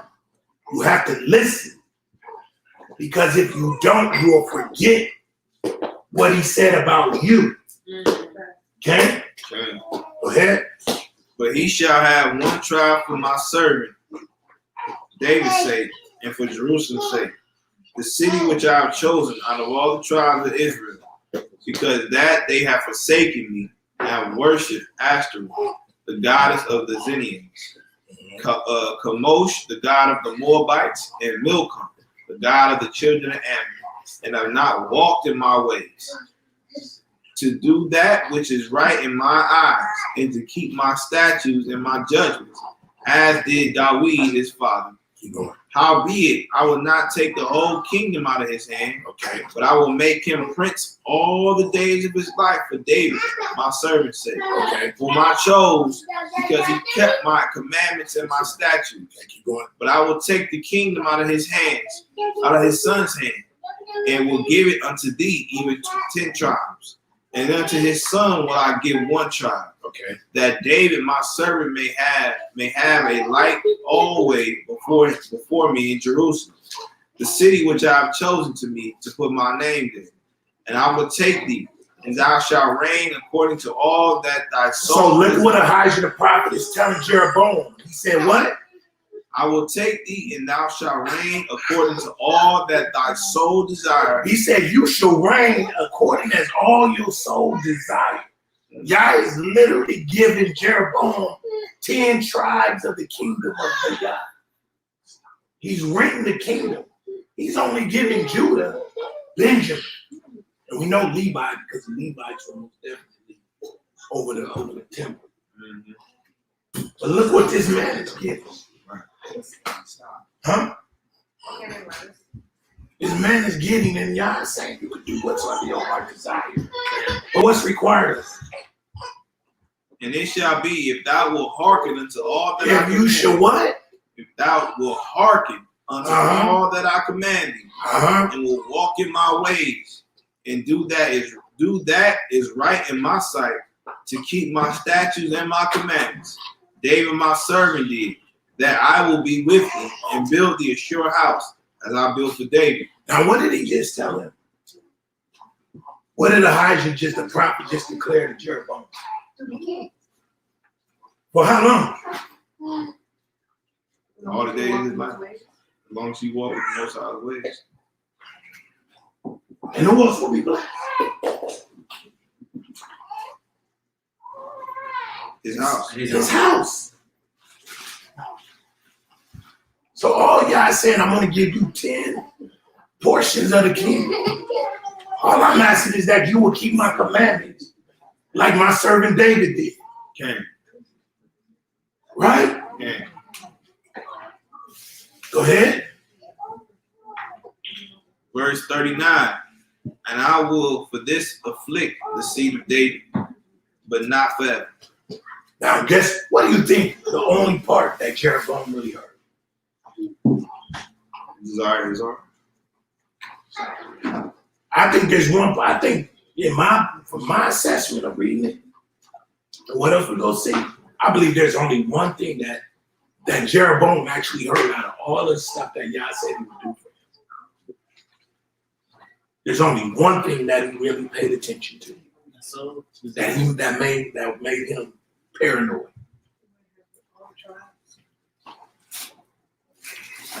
Okay, we go read it. Y'all miss it.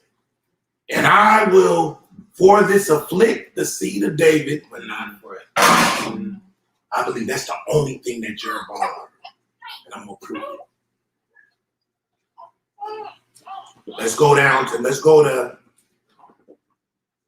1 Kings, let's go to 12:1. Now remember, we're talking about an insecure king. Okay? Okay. Oh, yeah. You want me to read? Yeah.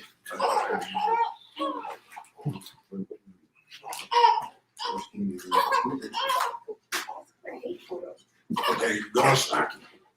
I'm about to get ready now. Okay.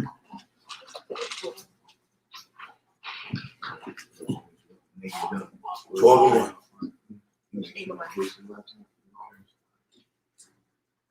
Go ahead and read. This is 1 Kings chapter 12, starting at verse 1. And Rehoboam went to Shechem. Oh, just for some background for those who don't know. So Solomon basically dies after this. After Jeroboam is prophesied by Elijah, he's basically told that the kingdom is going to be rent. He's going to get a 10th part. He's going to get 10 parts of the kingdom, which is the northern kingdom. Solomon dies, and now his son Rehoboam comes in instead and takes over the kingdom. Okay? So go ahead. This is when the actual kingdom is going to be handed, the 10 portions or the 10 tribes are going to be handed over to Jeroboam. Go ahead. All right. And Rehoboam went to Shechem for all Israel, were to come to Shechem to make him king. And it came to pass when Jeroboam, the son of Nebat, who was yet in Egypt, heard of it, for he was fled from the presence of King Solomon, and Jeroboam dwelt in Egypt. Keep going. That they sent and called him. And Jeroboam and all the congregation of Israel came and spake unto Rehoboam, saying, Thy father made our yoke grievous. Now therefore make thou the grievous service of thy father, and his heavy yoke which he put upon us lighter, and we will serve thee. Okay. And he said unto them, Depart yet for 3 days, and then come again to me. And the people departed. And King Rehoboam consulted with the old men that stood before Solomon his father while he yet lived, and said, How do ye advise that I may answer this people? Keep going. And they spake unto him, saying, If thou wilt be a servant unto this people this day, and wilt serve them, and answer them, and speak good words to them, then they will be thy servants forever. So you see Rehoboam, basically, all of Israel was coming up to acknowledge him as king. They're basically bringing almost like a coronation to him, to his kingship, and they're recognizing him. So all of the congregation of Israel is basically saying, yo, your father Solomon put heavy burdens on him. They had to do a lot of building. They built the temple, they built the house of Solomon. They were constantly building. They were building up the nation. So basically, they were building up the kingdom. So now the nation is basically coming to Jeroboam and saying, yo, okay, your fathers put heavy burden on us. Now lighten the load. It's time for us to basically rest. It's time for us to have shalom, all right? And so now Rehoboam is basically coming and saying to him, well, let me go seek counsel on this matter. So he goes to the young, he goes to the old man first. And the old man say, hey, lighten the burden. Make it easy. You know what I'm saying? Don't, you know what I'm saying? Lighten the load, and these people will honor you. They'll see you as a king, right? Basically saying, serve them as a king. Lighten the load on them, okay? Okay, so then he goes to the elders. Obviously, should be the wise man, right? Now he's about to go to his friends, his peers, to get advice. Go ahead. Verse 8. But he forsook the counsel of the old men, which they had given him, and consulted with the young men that were grown up with him, and which stood before him. And he said unto them, What counsel give ye that we may answer this people, who have spoken to me, saying, Make the yoke which thy father did upon us lighter. And the young men that were grown up with him spake unto him, saying, Thus shalt thou speak unto this people that spake unto thee, saying, Thy father made our yoke heavy, but make thou it lighter unto us. Thus shalt thou say unto them, My little finger shall be thicker than my father's lion. So here is loins.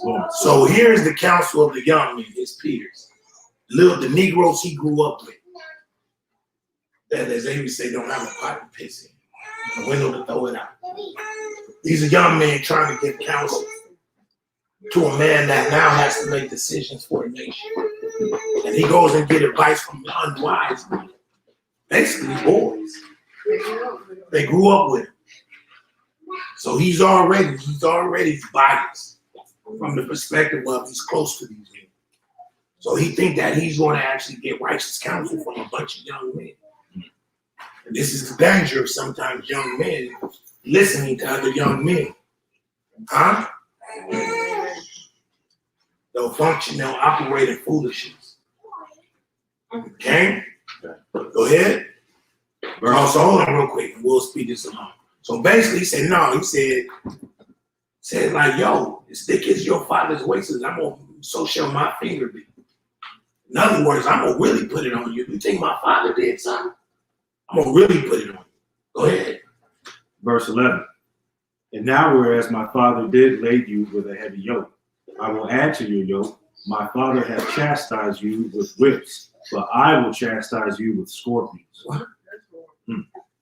Now, this ain't literal. This is what you would call an idiot. He's basically giving him a similitude of something that looks like something. He said, yo, you think that my father whipped you? I'm gonna get you a scorpion. In other words, I'm gonna really sting you. So that's the counsel that the young men gave him. Yeah. And lots of times, guess what insecure men do? They apply pressure when you really should have the mind to actually sit and relieve.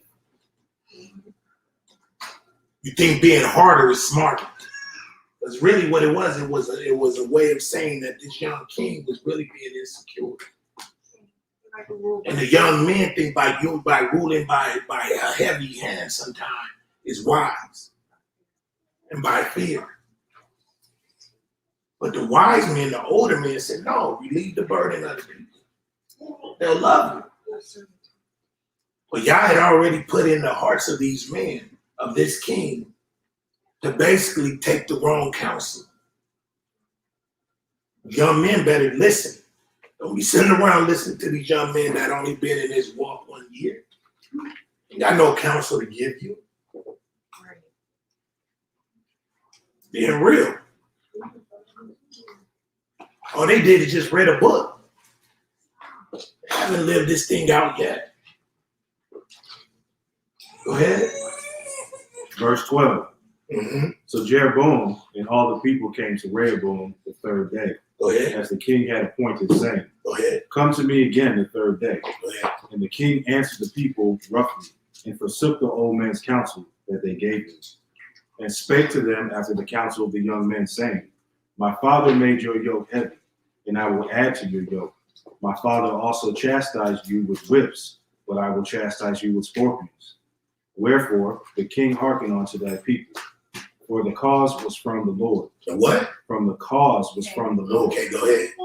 that he might perform his saying, which the Lord spake by Echad, the Shalomite, unto Jeroboam, the son of Nebat. Go ahead. No, I'm sorry. Go down to 16. 16? Yeah, 12 and 16. 12 and 16? Oh, yes, sir. Verse 16. Oh, I'm sorry. That is. No, what 16? Yeah, my bad. So when all Israel saw that the king hearkened not unto them, the people answered the king, saying, what portion have we in David? Neither have we inheritance in the son of Jesse to your tent. So you know what just happened from that council? Just went into rebellion. He just had a rebellion. Instantly, the division happened. That was what the Most High said. It was the Most High said he was going to do. So y'all did. Let me tell you. This is why you got to be really humble in this one. Because you will be sitting there thinking that that you're doing something right when Yah actually will suffer you to do something wrong, just to do His will. You don't do things my way. Okay, I'm gonna still use you. And so I'm gonna make you so foolish you would listen to unwise counsel of a bunch of young men. Let's go tell you to do something real dumb. Go ahead. Is that considered like a reprobate? Nah, it's not necessarily considered reprobate. Reprobate is when you just totally gone. Because you're gonna see that Yah's actually gonna have mercy on Rehoboam. He's gonna tell him to stand down because he doesn't want a real civil war. You see what I'm saying? The whole purpose of this instance was just to divide the kingdom, like Yah said he would. Okay? So it ain't like he went into full-fledged war with the northern kingdom. This was just the substantiation of the split that happened. Okay? Go ahead. Verse 17. But as for the children of Israel, which dwelt in the cities of Judah, Rehoboam reigned over them.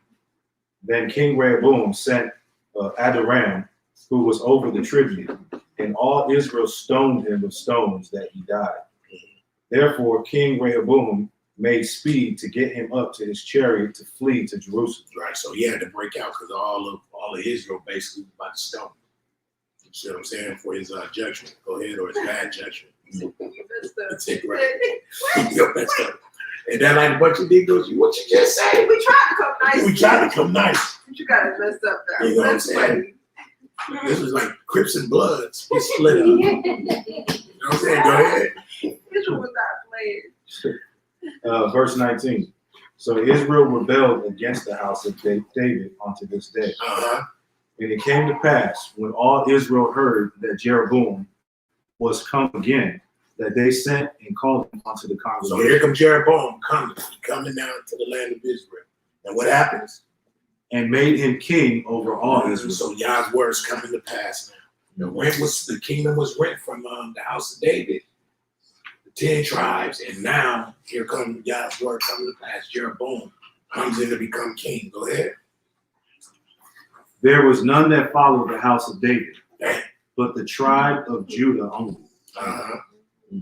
And when Rehoboam was come to Jerusalem, he assembled all the house of Judah with the tribe of Benjamin, and 184,000 chosen men, which were warriors to fight against the house of Israel.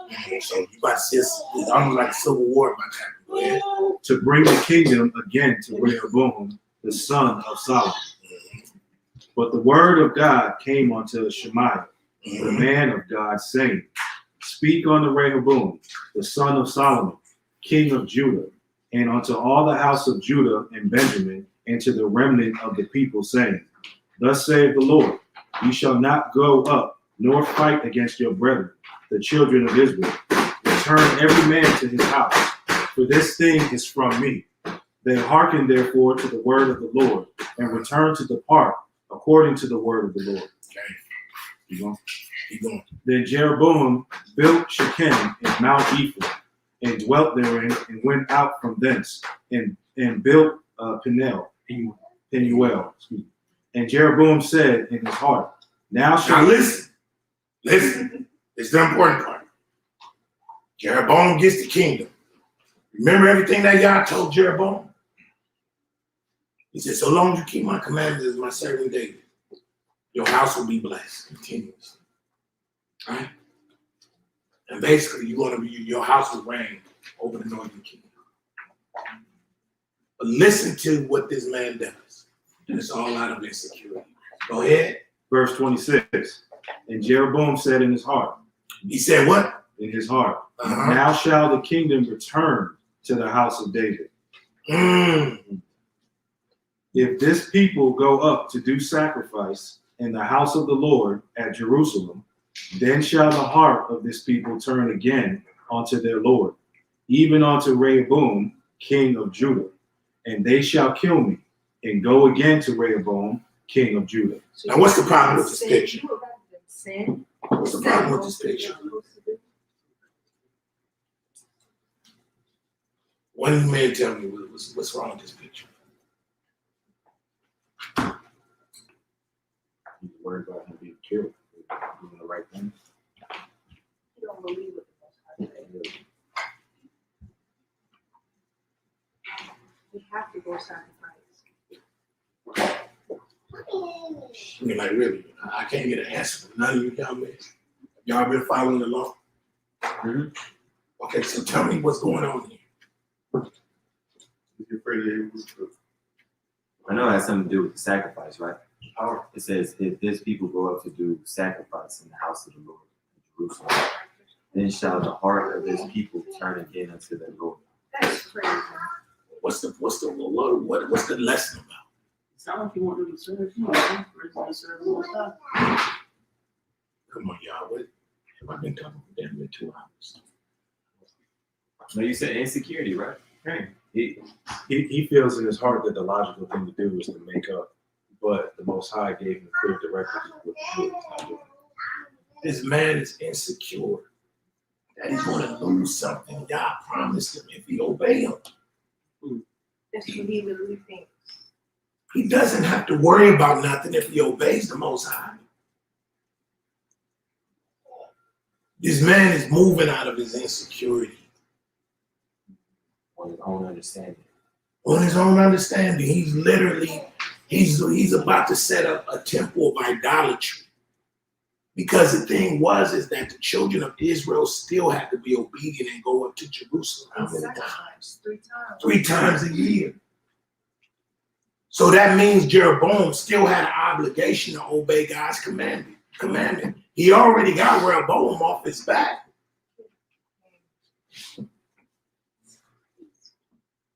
He already told Rehoboam, you ain't gonna go to war with your brother. He said the kingdom was rent from your father because of his disobedience. Rehoboam accepted the judgment. It's how Jeroboam saw himself. He's scared because the only thing he heard in the chapter before that is that David ain't gonna suffer for it. All he heard was affliction coming. Affliction coming. Not for him. And his concern is that the kingdom is gonna return to the house of David. Which it was, and even if it was, so what? What if it wasn't? Shouldn't you worry about that the kingdom is united? That your brothers are united, your people are united. But an insecure Negro will bring in devils just so he can get the attention, so he won't lose nothing. Wouldn't let them keep the law. He literally taught them idolatry and witchcraft in order to keep their attention.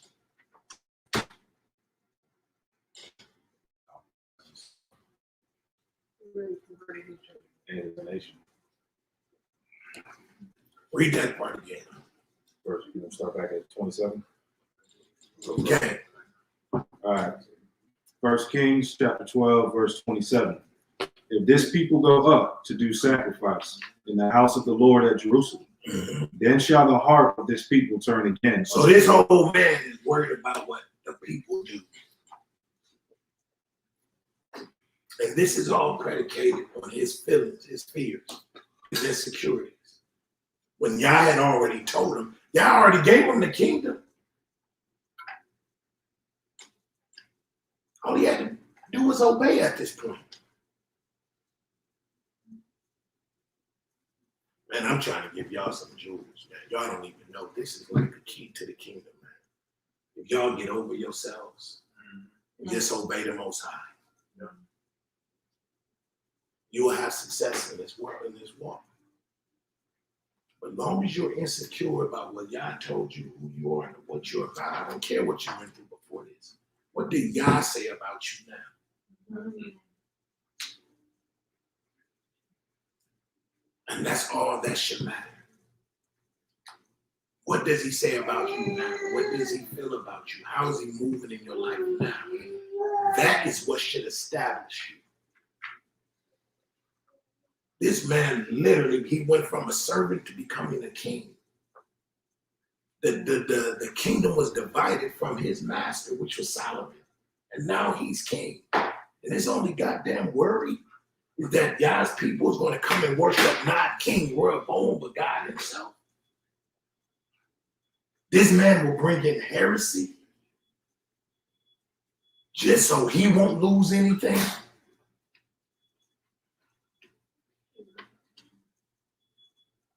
Go ahead and read. I think too, just another thing that you're seeing is he's turning into a robber because he's not worried about the glory going to Yah. He's worried about his own glory. So he's in fact turning into a robber. He's robbing God, the Most High glory. He's doing the work of Hashem. Okay. From the beginning. I keep saying the same thing is going over and over again, just different kind of ways. It's just manifesting itself a different kind of way. Yes. Sorry. It really is crazy. Go ahead and read it. All right, verse 28. Whereupon the king took counsel and made 2 calves of gold. He does what? Made 2 calves of gold. Okay, go ahead. And said unto them, it is too much for you to go up to Jerusalem. Behold thy gods, Listen to the seduction. Lie. Listen to the lie. O Israel, which brought thee out of the land of Egypt. So this Negro literally reverts all the way back to the golden calf when the people were coming out of Kenya. So he want to get them back to God. He wants them to serve him through idolatry. That's what idolatry is. Most of the kings, every king or heathen king really was worshipped through idolatry. That's why Pharaoh was considered the center of the universe. He was the king, he was the God on earth. Go ahead. And then the crazy part about what he did, his insecurity literally started the people worshiping at Bethel and Dan instead of Jerusalem, which is God's chosen place. It started, so many things came from one man's insecurity. And then the deep part is, I'll tell you how slick this Negro was. This Negro literally understood that the gods of Egypt were still in the hearts of the people. Yeah. And he capitalized on it. And he capitalized on it.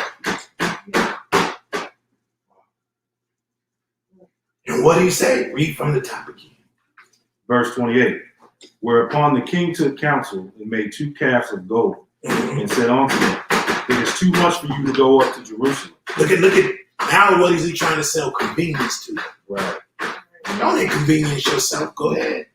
Behold thy gods, Uh-huh. O Israel, which brought thee up out of the land of Egypt. What? Yeah.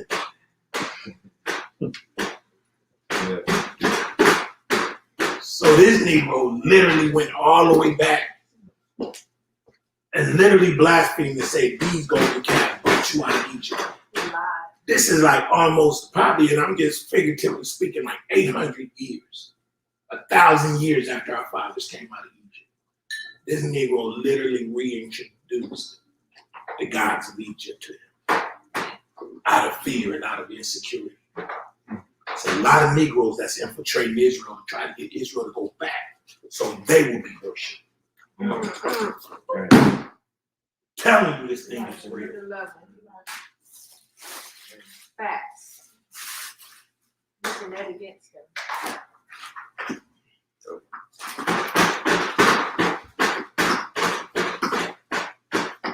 The minute Israel is on the rise and about to come up, here comes this strange doctrine. And it's not strange, it's always been here. That God of the Bible didn't really bring you out. Same story, just a different way of saying it. You ain't been delivered by this.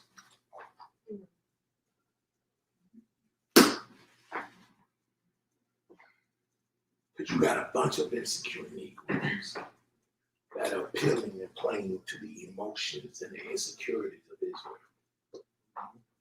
Telling black women they're goddesses.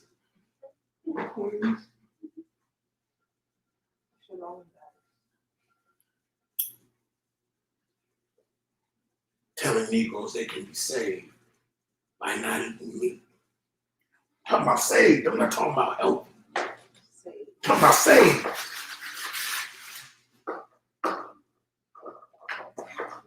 Serving the creation more than the creator. Tell you, man.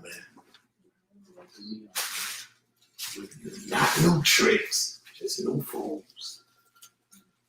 Just new fools.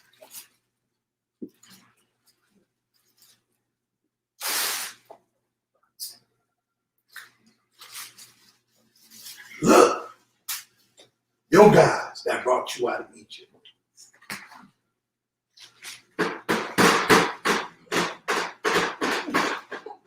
Because the Negro's insecure.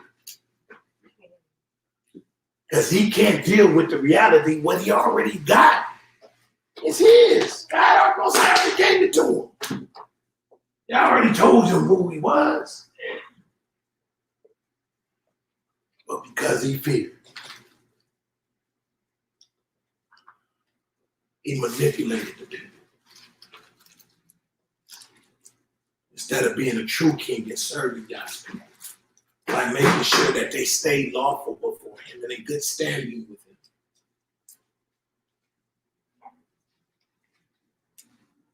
Literally perverted the people. And what happened? Verse 29.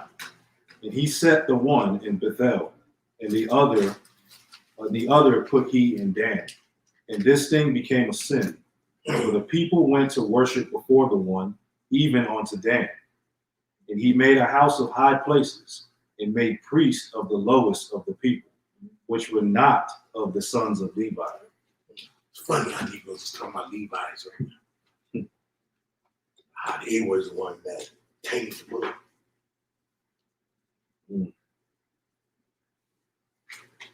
It's the spirit. Same spirit of deception.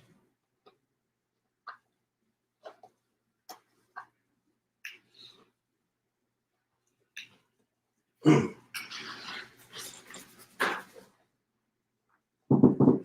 telling y'all, that's what an insecure Negro would do. I'm not the tallest man in the world. I got some insecurities. But I fear him more than I love my insecurities. There's a lot of things to be insecure about. But if you embrace what Yah say about you, then you are who he say you are. In spite of the things that you, the inadequacies you feel about yourself. What did Paul say? I glory in my weaknesses. For what reason? Because when I am weak, you are strong. That what? Because when I am weak, you are strong. Because when I am weak, you are strong. Like y'all use those weaknesses that you got. Glory in my infirmities. Glory in your infirmities. That he may be stronger. That he may be strong. I think I got some Bible readers in here. That's my verse. Yeah, that's a go-to. That keep me going. And that's gonna be part two. How we overcome our insecurities.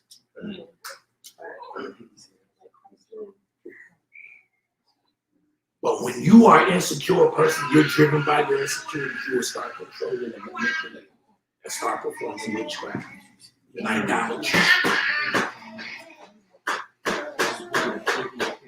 You'll start getting in rebellion to such a degree that you'll start making everybody around you grievous. No. You will spread your unbelief, your discontentment with yourself.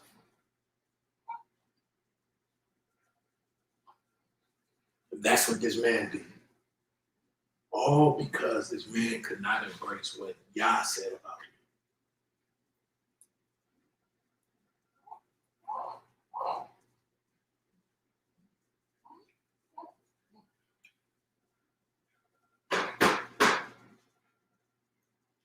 Y'all to do just that.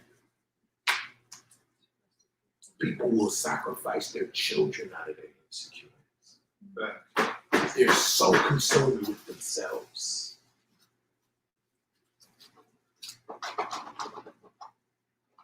When y'all said that you were a man, you're a father. You know how great that is that you get opportunity to be a father. That you get to take a life and shape it in Yah's image and likeness. That you as women, you could raise daughters and sons. Reflect Yah's image and likeness. If you just get over yourself.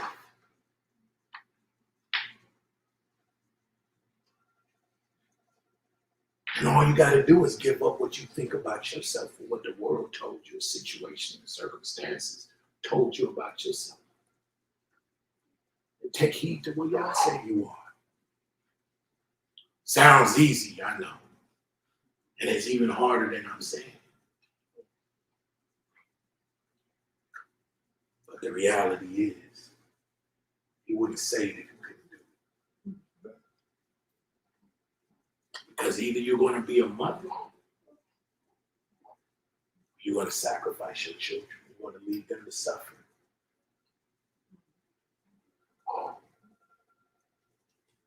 because of your inadequacies, or your failures.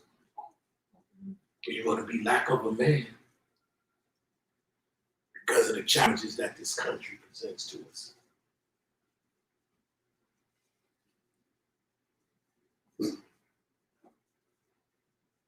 You don't have the patience that Yah have his perfect work.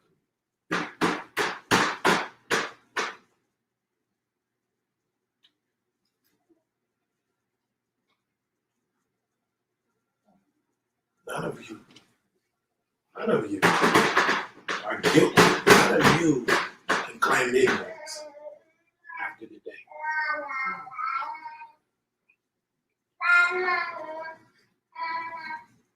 Die to yourselves.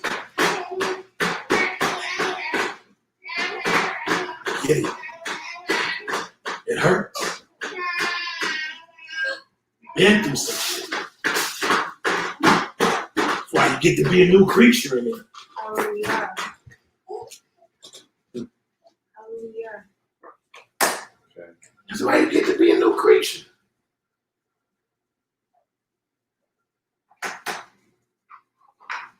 Shiach said, behold, I make all things new. Right.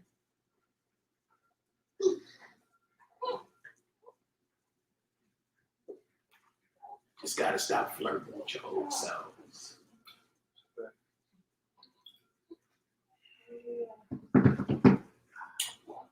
Ooh-wee.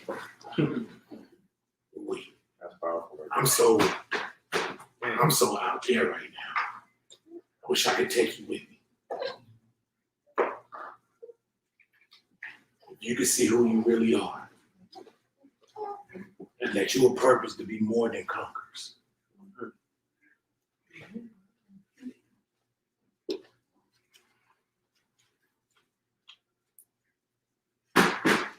I said my thoughts towards you are good and not evil.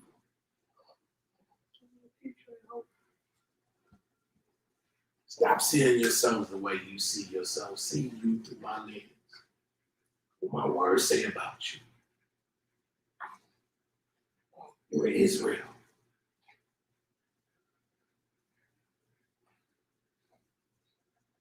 Either you believe that or you don't. Stop saying it if you don't believe. Believe is a verb, action. Say that again. To believe is a verb, an actionary word. Leave is a verb.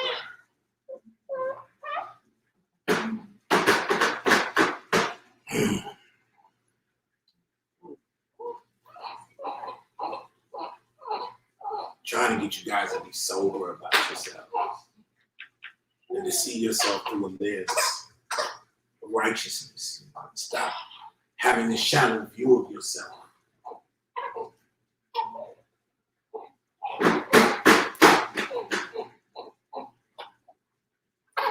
Huh? We're going to finish up next week. I'll go ahead.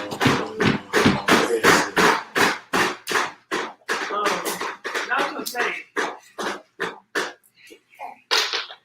I think insecurities are something that we all should work on as a whole. They come from deeper places than just, than just what we see. They come from deeper places, so it'll take healing to get rid of some insecurity, and it takes believing to get rid of the others. And I think that if you don't get rid of your insecurities, that it can lead to so much sin. I mean, it can lead to lust, to being prideful, to all of these different sins. It's like it's a branch that just can grow in any direction. We're here at the beginning of the lesson. So that's what we talked about. The original insecurity started with Adam. And the reality is what happened once they sinned and exposed it by way of sin. Disobedience brings about insecurity. And so it's become a perpetual curse of mankind since the beginning. Because the first thing that they recognized is that they were naked. They realized they became ashamed. They most insecurity is really nothing but shame about who you are. Something that may have happened, and you felt uncovered and you felt exposed. And so lots of times people who are insecure have to take control of things and situations. And the only way to overcome that lack of controls, the only way to really overcome that is that you grasp what Yah say about you. Okay? And I was talking to a sister earlier this week, and she was just telling me, like, you know, Israel, we think too small, we pray too small. If we understood that what Yah has for us is much bigger than what we see, then we would have a bigger level of freedom and secureness in Him. But insecurity comes from us just seeing what we see and not believing we can do or be better or greater. So I said it's about their perception. Remember the fathers when they were supposed to go into the promised land. It's how they saw themselves. They said we're small in our own sight.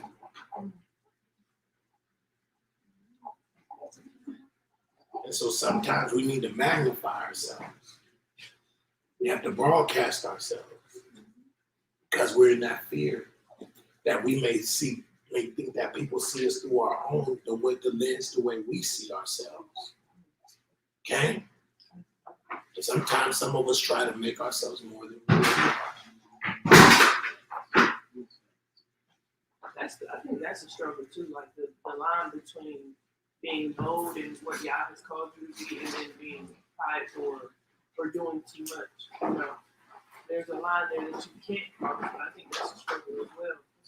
You know. No, I think it is. It's how you'll know, one of the ways you'll know the difference. Because your intentions. It's your intentions of why you're doing it. You can still do things in right. You can still do the right thing for the wrong reason. See what I'm saying? I think, unfortunately, that's what a lot of Israel do. Is that we'll do things so that we'll get attention, we'll get fame, we'll get likes, we'll get shares. And if we see it, that if all of these, most of the social media is really playing to people's insecurities. Right. It's all good. That's all it really is. Huh? That's what Instagram is. That's what all it is. Go ahead. It's crazy shit. That's why I posted. When my friend Instagram posted, he said, social media have you out here thinking at 22 you're supposed to have 6 figures and driving around with like a luxury car and shit. That's a fact. I was like, dang. That's a fact. That's a fact. And so we're judging ourselves through the lens of a false narrative. When the Most High in His Word already gives us the blueprint of who we're supposed to be in His likeness and in His image. Okay? So with that being said, anybody got any questions? Anything they'd like to share or say here? Yeah, go ahead, sis. I think this lesson, right? I know this lesson came in at the right time. Last night, I had a 3-hour conversation with my sister, and it was literally everything that she was saying, and even I was confessing certain things and everything like that. I think that's just just like on the behind a little bit. Hallelujah. Like get that together. So I appreciated this lesson. Hallelujah. I don't know why I even talked about it. So actually, me and Sarah was doing a lesson. We were studying, me, her just doing it. And I didn't realize, like, this man is really doing all this side of insecurity. I just, he's just doing it out of rebellion. But when you really read it, he's really just insecure. He's scared of losing something he already has. And that's what most of us do. We'll literally compromise or sabotage something we already have out of our insecurity. Hey, come on. Huh? And even if that means convincing other people to worship something other than the Most High, we will erect an idol or a false practice. Okay? And it's crazy because y'all already gave it to you. You don't gotta fight for nothing you already have. All you gotta do is maintain it and do your role. Anybody else? All All right, well, with that being said, that's another end of a lesson. I hope it's edified everybody, and I know it touched me. I just, even when I was bringing the lesson together, I was just like, man, this thing is just like, this is a toe drop right here. This word, this rock is dropping on my feet. Because you just come to a realization that what we're really all looking for is value. We're all looking for value. We're all looking for a reason. Shalom. We're all looking for a reason why we're here. What's the meaning of life? What's what we're here to do? And the Most High already told us what we're here to do. But all of us have uniquely been given a task and a purpose and how that is to be accomplished. But the blueprint is already there. And that's the beautiful part about Yah giving us an opportunity to be regenerated or be born again, that we actually get to start over. We literally get to start over. Yah literally wipes clean everything you did before, everything that happened to you before. And yes, there's work and a process to get through that. But the beautiful part is that Yah is there with you to help you get through it. To be strong to go through it. You don't gotta fight it on your own. Really, the more you can submit to Him, right, is the more that you actually have started the process of becoming regenerated. Hallelujah. Hallelujah. So, as far as the audience go, hallelujah, we appreciate you for tuning in. I hope somehow, some way, this changed the way you see yourself and the way you react to things and respond to things and people. But you don't have to react or respond to anything outside of you that has nothing to do with you. Does that make sense? In other words, it's okay not to be in control of anything that's not in your control. All you have to do is control yourself. And even you shouldn't even be in control of that. The word of Yah should be defining who you are. Okay? Okay. So, praise Yah, man. We give Him all the esteem and all the glory. We recognize Him as the sovereign power of all things. So again, we say shalom, shalom. And until next time. Well, next week we'll actually be doing part 2, and that will be dealing with how to overcome insecurities. Okay?